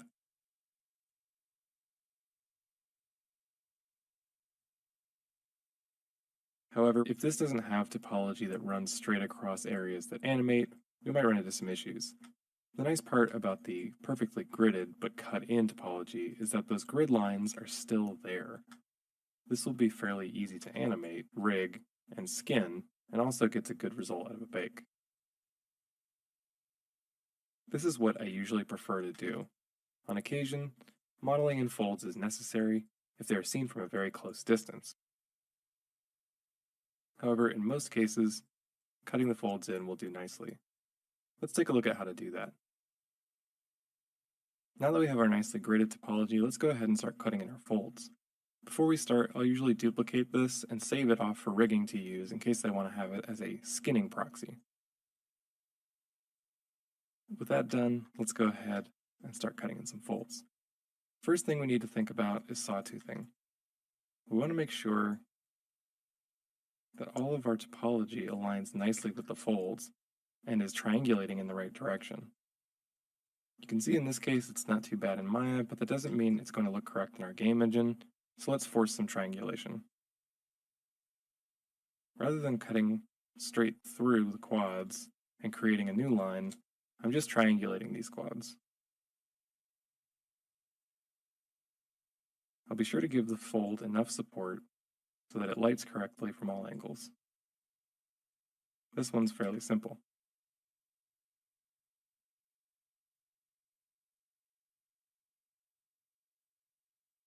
This fold cuts through the quadded topology a little bit differently, so we've got to break up the even quads just a bit. I usually like to give my cut-in folds about 3 edges worth of support.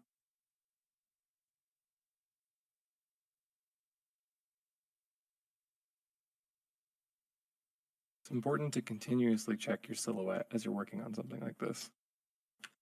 Be sure to spin around the model.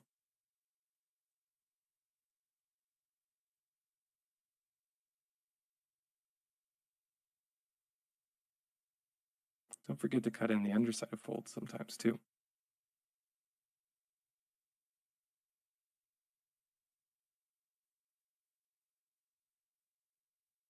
Being careful to not create end-sided polygons here. If I need to, I'll go through one of the existing vertices and then move them around.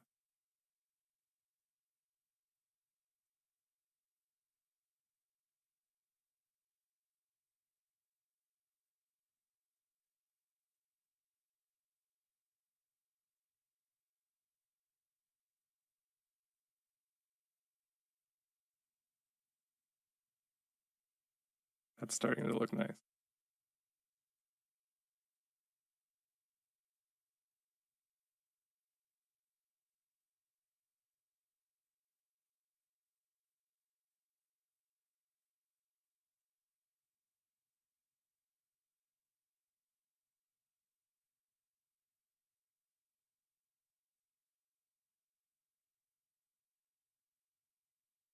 Here I've adjusted the topology and then cut in a new row to try to maintain the gridded nature of the topology.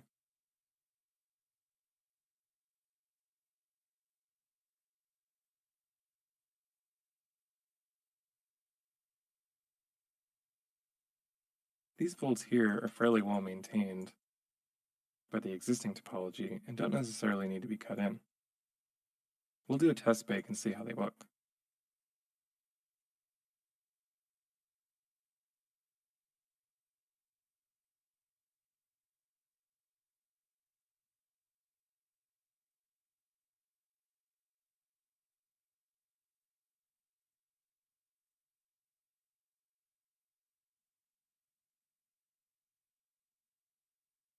That's much better.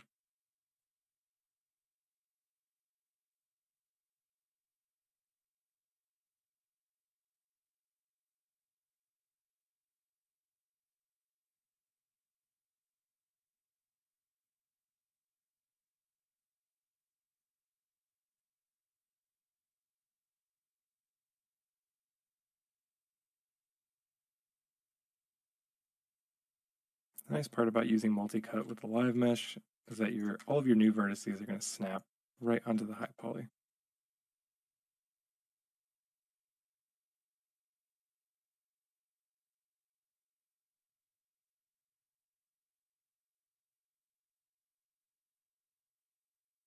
Don't be afraid to move your topology around to get better results before adding in cuts.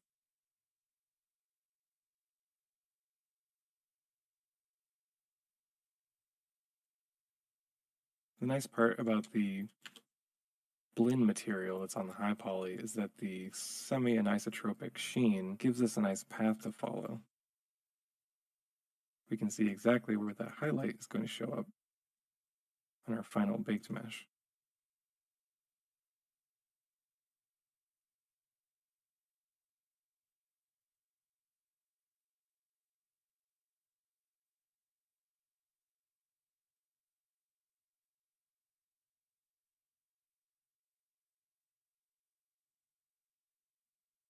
As you can see, this takes some patience. And the more you do it, the more you'll get used to it. If you're worried about creating n-gons, we can go ahead and go up to Select, Use Constraints, and then make sure you're in face mode. Then select All in Next and N-sided. This is going to select the faces on the mesh that are currently n-sided. You can see we have two. It's a little bit hard to see right now. But if we solo, there we go. Now we can go ahead and fix those n-sided quads, or n-sided faces.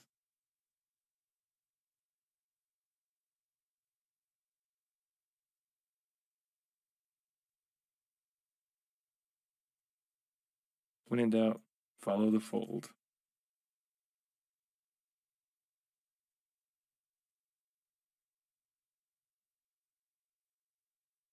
Once again, multi-cut is going to severely increase our history. So we'll want to make sure to clear that every now and then, just so Maya doesn't get bogged down.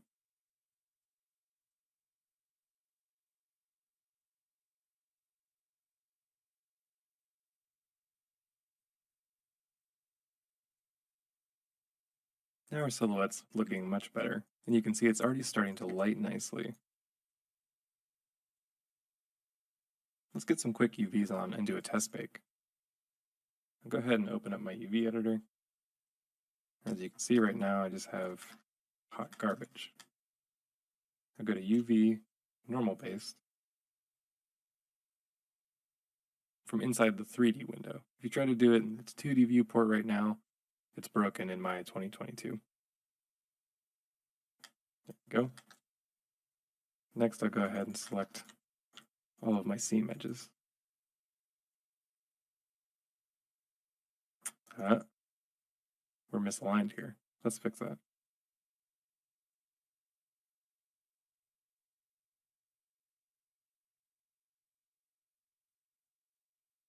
Let's check the other side. Not as bad. Of course, this is a lot easier if you actually create geometry for your seams This was straight out of Marvelous Designer, so unfortunately I didn't put enough detail into these top seams on the shoulders. All right, back to UVing. Select all of our seams.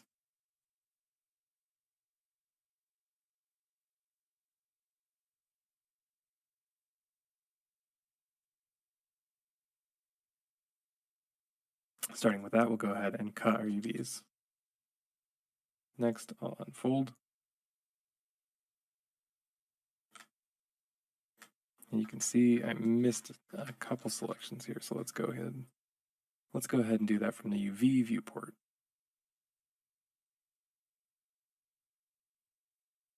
We'll discuss ideal UVs in a little bit.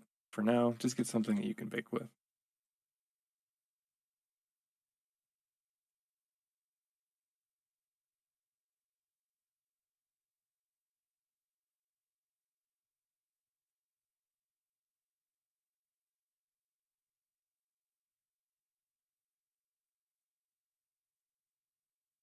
I'll do my best to straighten pieces that should be straight in the final layout.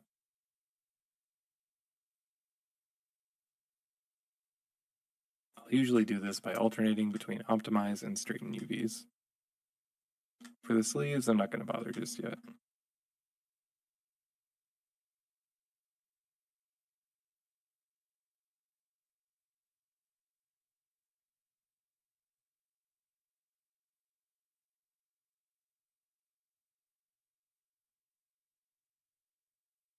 As in all things Maya, sometimes you have to trick it into doing what you want.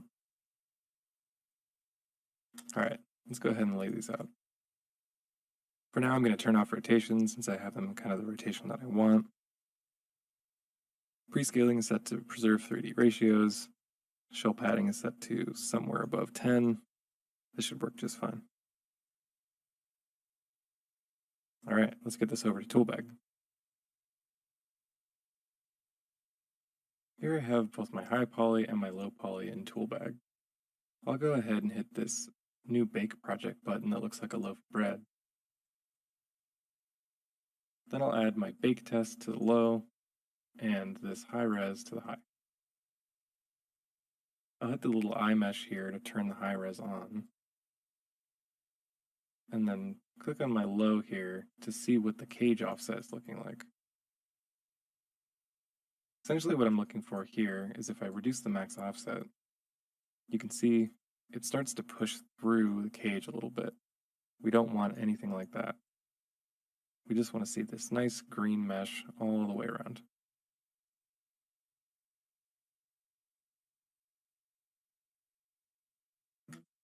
There's a spot here. Of course, we can paint a custom cage if we want to. I prefer to not do that. In most cases, I will go through and fix the topology. Here you can see that this triangle is flipped the wrong way. The nice part about Toolbag is that we can just go right back into Maya, find that specific triangle, and cut it the way we want it to go.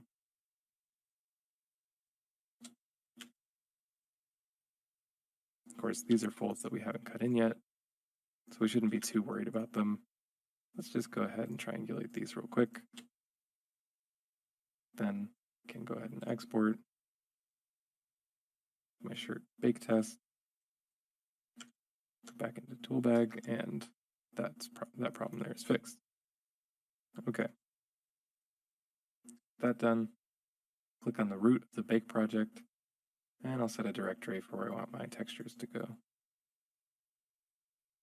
I'll call this shirt bake test. Next, I want to make sure normals are checked because we want to bake a normal map. 2K is just fine for this.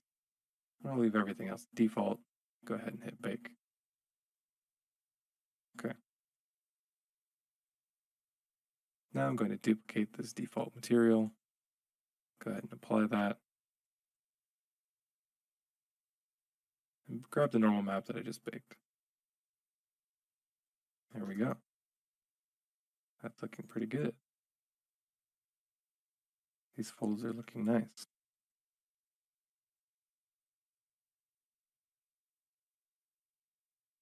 Even these ones that we just kind of lazily put in just now aren't looking too bad. The benefit of having a lot of topology. Go ahead and turn on our wireframe. We can kind of see what's going on.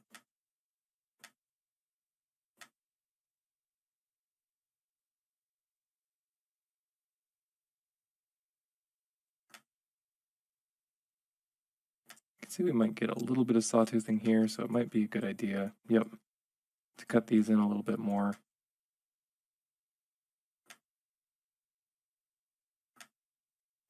Otherwise, it seems like this is looking pretty good.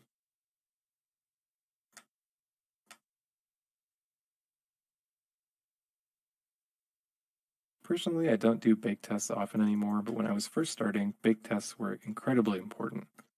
I always wanted to figure out what my topology was going to do when I baked my normal map. It's a good idea to test every now and then if you're not sure.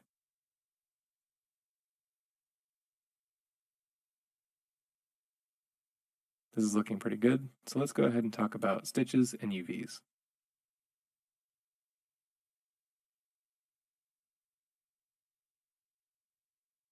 Here I have a test scene where I've gone ahead and baked a couple of mesh maps. We have a normal map and an ambient occlusion map on the base geometry.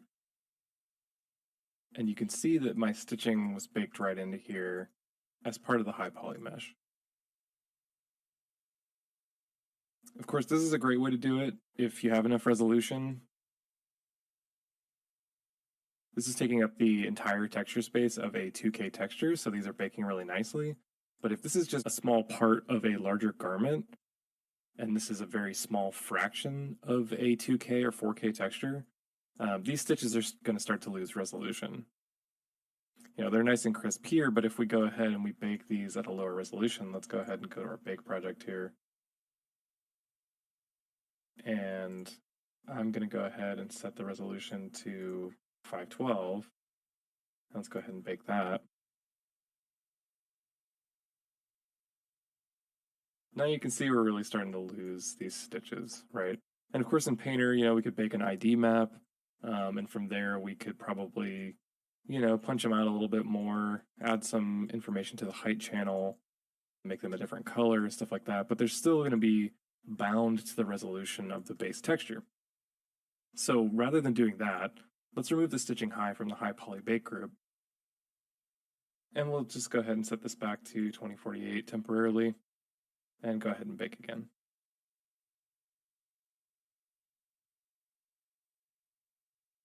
All right, there we go. There's no stitching in here. We just have some seam lines that were part of the high poly. Now we can turn on the stitch mesh that I've created here. And you can see that it is unfortunately clipping through slightly, so we can just adjust the position real quick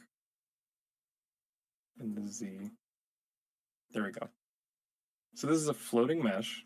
If we go ahead and turn on the wireframe, we can see that its topology matches exactly with the base geometry. It's just slightly extruded so that it doesn't Z-fight in rendering order. And if I go ahead and turn off our base, we can see kind of what's going on here. This is a trim texture with an alpha map that has a few different kinds of stitching on it. We've got a double stitch, single stitch, whip stitch, and the one that I kind of made up here, I'm not sure if it has a name.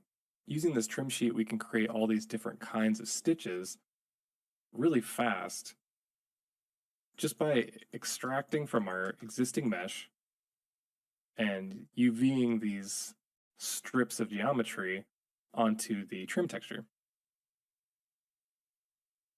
The great part there is that we have full control over these stitches without having to go back to Substance Painter to texture them.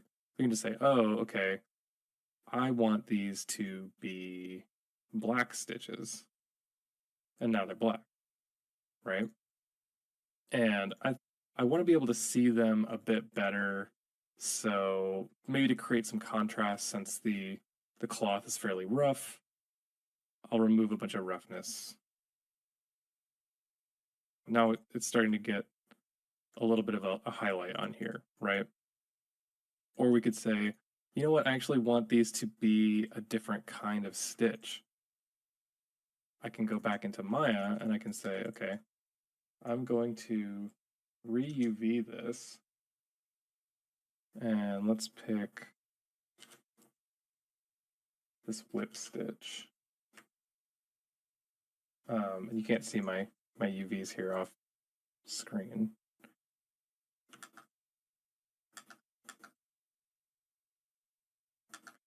Here we go.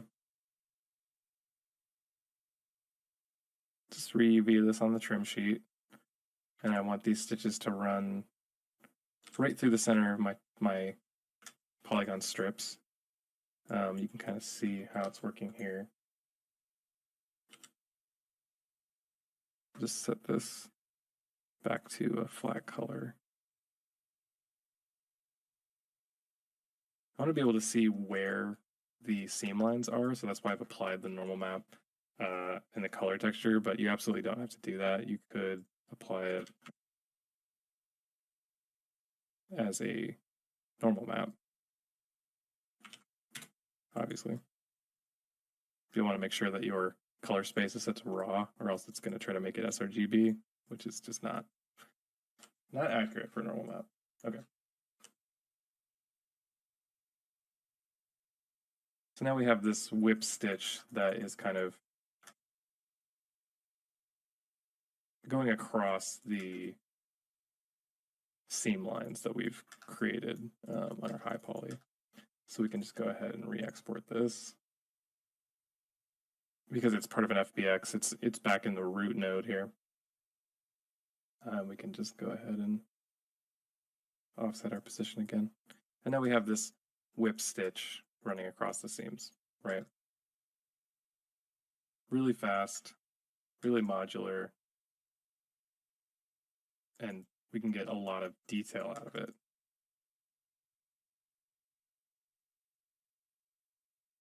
I'll supply you guys with this set of stitching textures. If you want to create your own stitching textures, please feel free to do so. I'll also supply the Substance Designer graph that you can modify if you wish. So let's go ahead and create some stitching for this shirt. I've gone ahead and added the normal map into the bump mapping channel. Once again, you'll want to be sure that you have your normal map set to raw in the viewport, or it's going to render incorrectly. If we go ahead and set this to sRGB, you can see it's trying to apply, I believe, a gamma curve, some kind of curve, to the normal map, affecting its values, and you really don't want to do that. So we'll set it back to raw so that it's just reading those values and interpolating linearly. Let's go ahead and grab some geometry here that we want to be stitching. Now, typically on a shoulder seam like this on a shirt, the stitching is going to be kind of hidden. But if this is an older shirt, there's a good chance that we might be able to see it.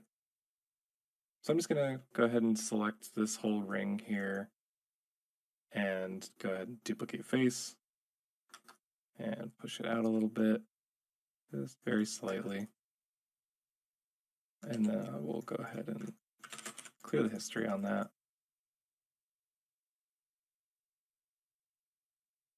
And I'll apply a new material, and I'll call this material stitches.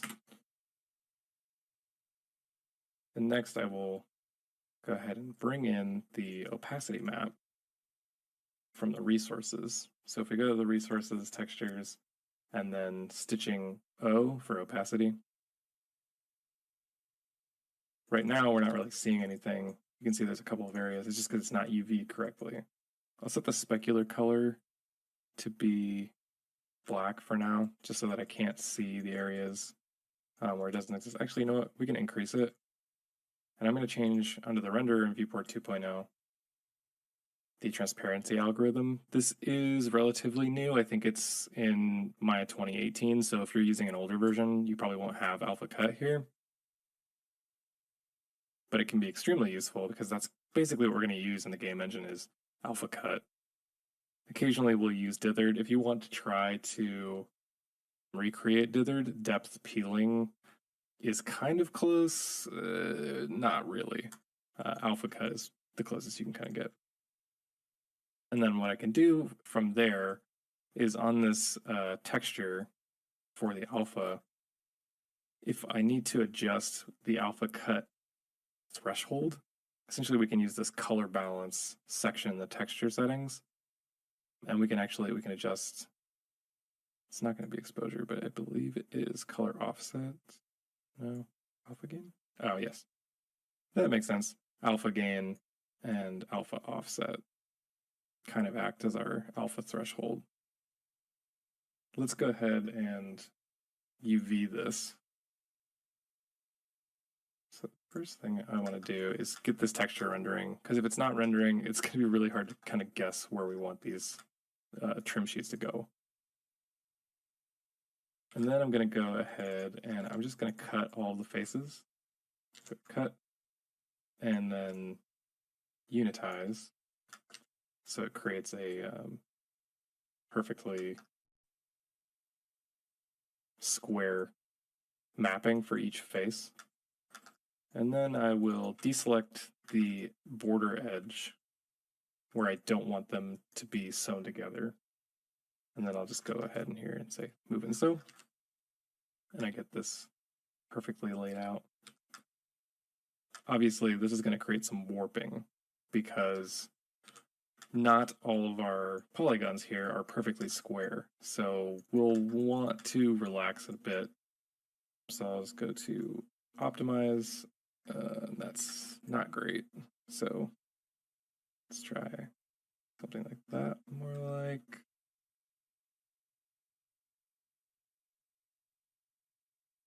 helps if your topology is a little bit better than mine.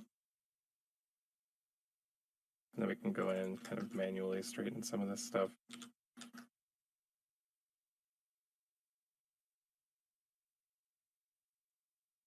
Whether you maintain these as perfectly straight or kind of relax them is dependent upon, I think, your topology.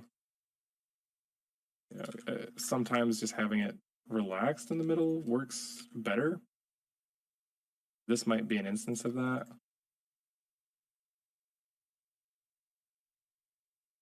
The straighten UVs addition doesn't always work great.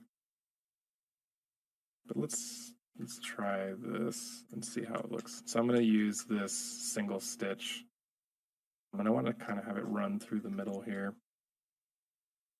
And I can kind of get an idea of what it's looking like here on the mesh. And we can control this is fairly frowned upon when it comes to standard textures, but because this is a trim sheet, basically we want to manipulate the UVs in order to create the result we want, right? We don't have to worry necessarily about textile density because the only thing we're displaying on this mesh is the stitching, right? So really what we care about here is what that stitching is looking like. That's looking pretty good. And I kind of want to try this whip stitch here. Okay, so see how when I'm scaling this, it's really warping here?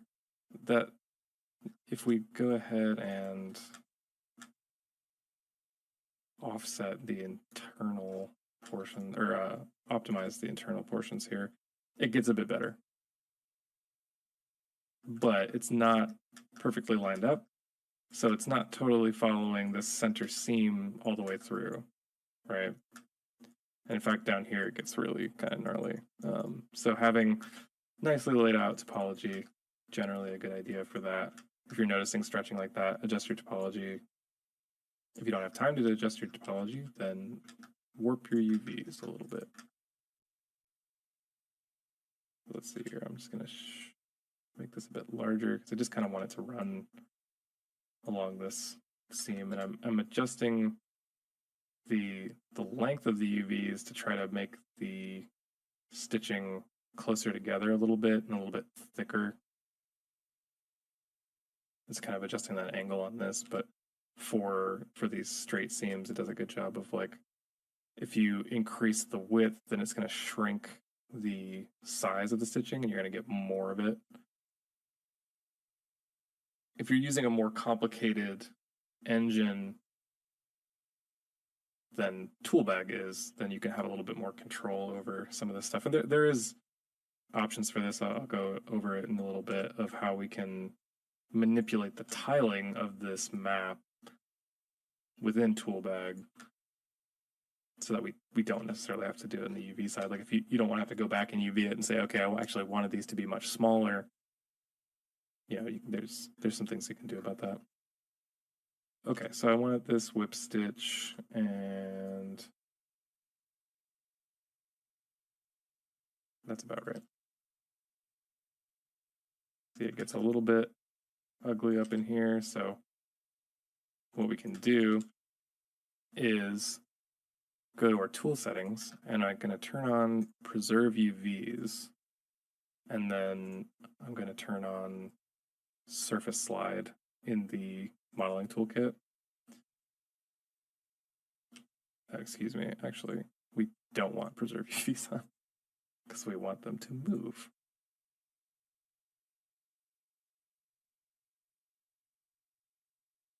Now that we're moving these, obviously we are moving these. We would also want to move the verts on the base mesh.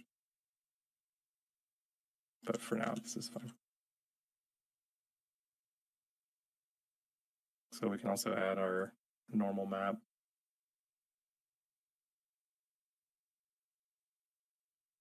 And now we have this kind of running whip stitch along that seam. Looks great. We can see it a little bit better if we drop the color. Awesome. Exactly what I would expect from a shirt like this. In most cases, though, you're not going to see that because it is actually many, many, many stitches more than this. And they do a good job of kind of tucking this over the top. But it just looks nice, right? Like it kind of brings the garment together a little bit better. And you don't have to do it everywhere, right? Like if you know that on a realistic garment,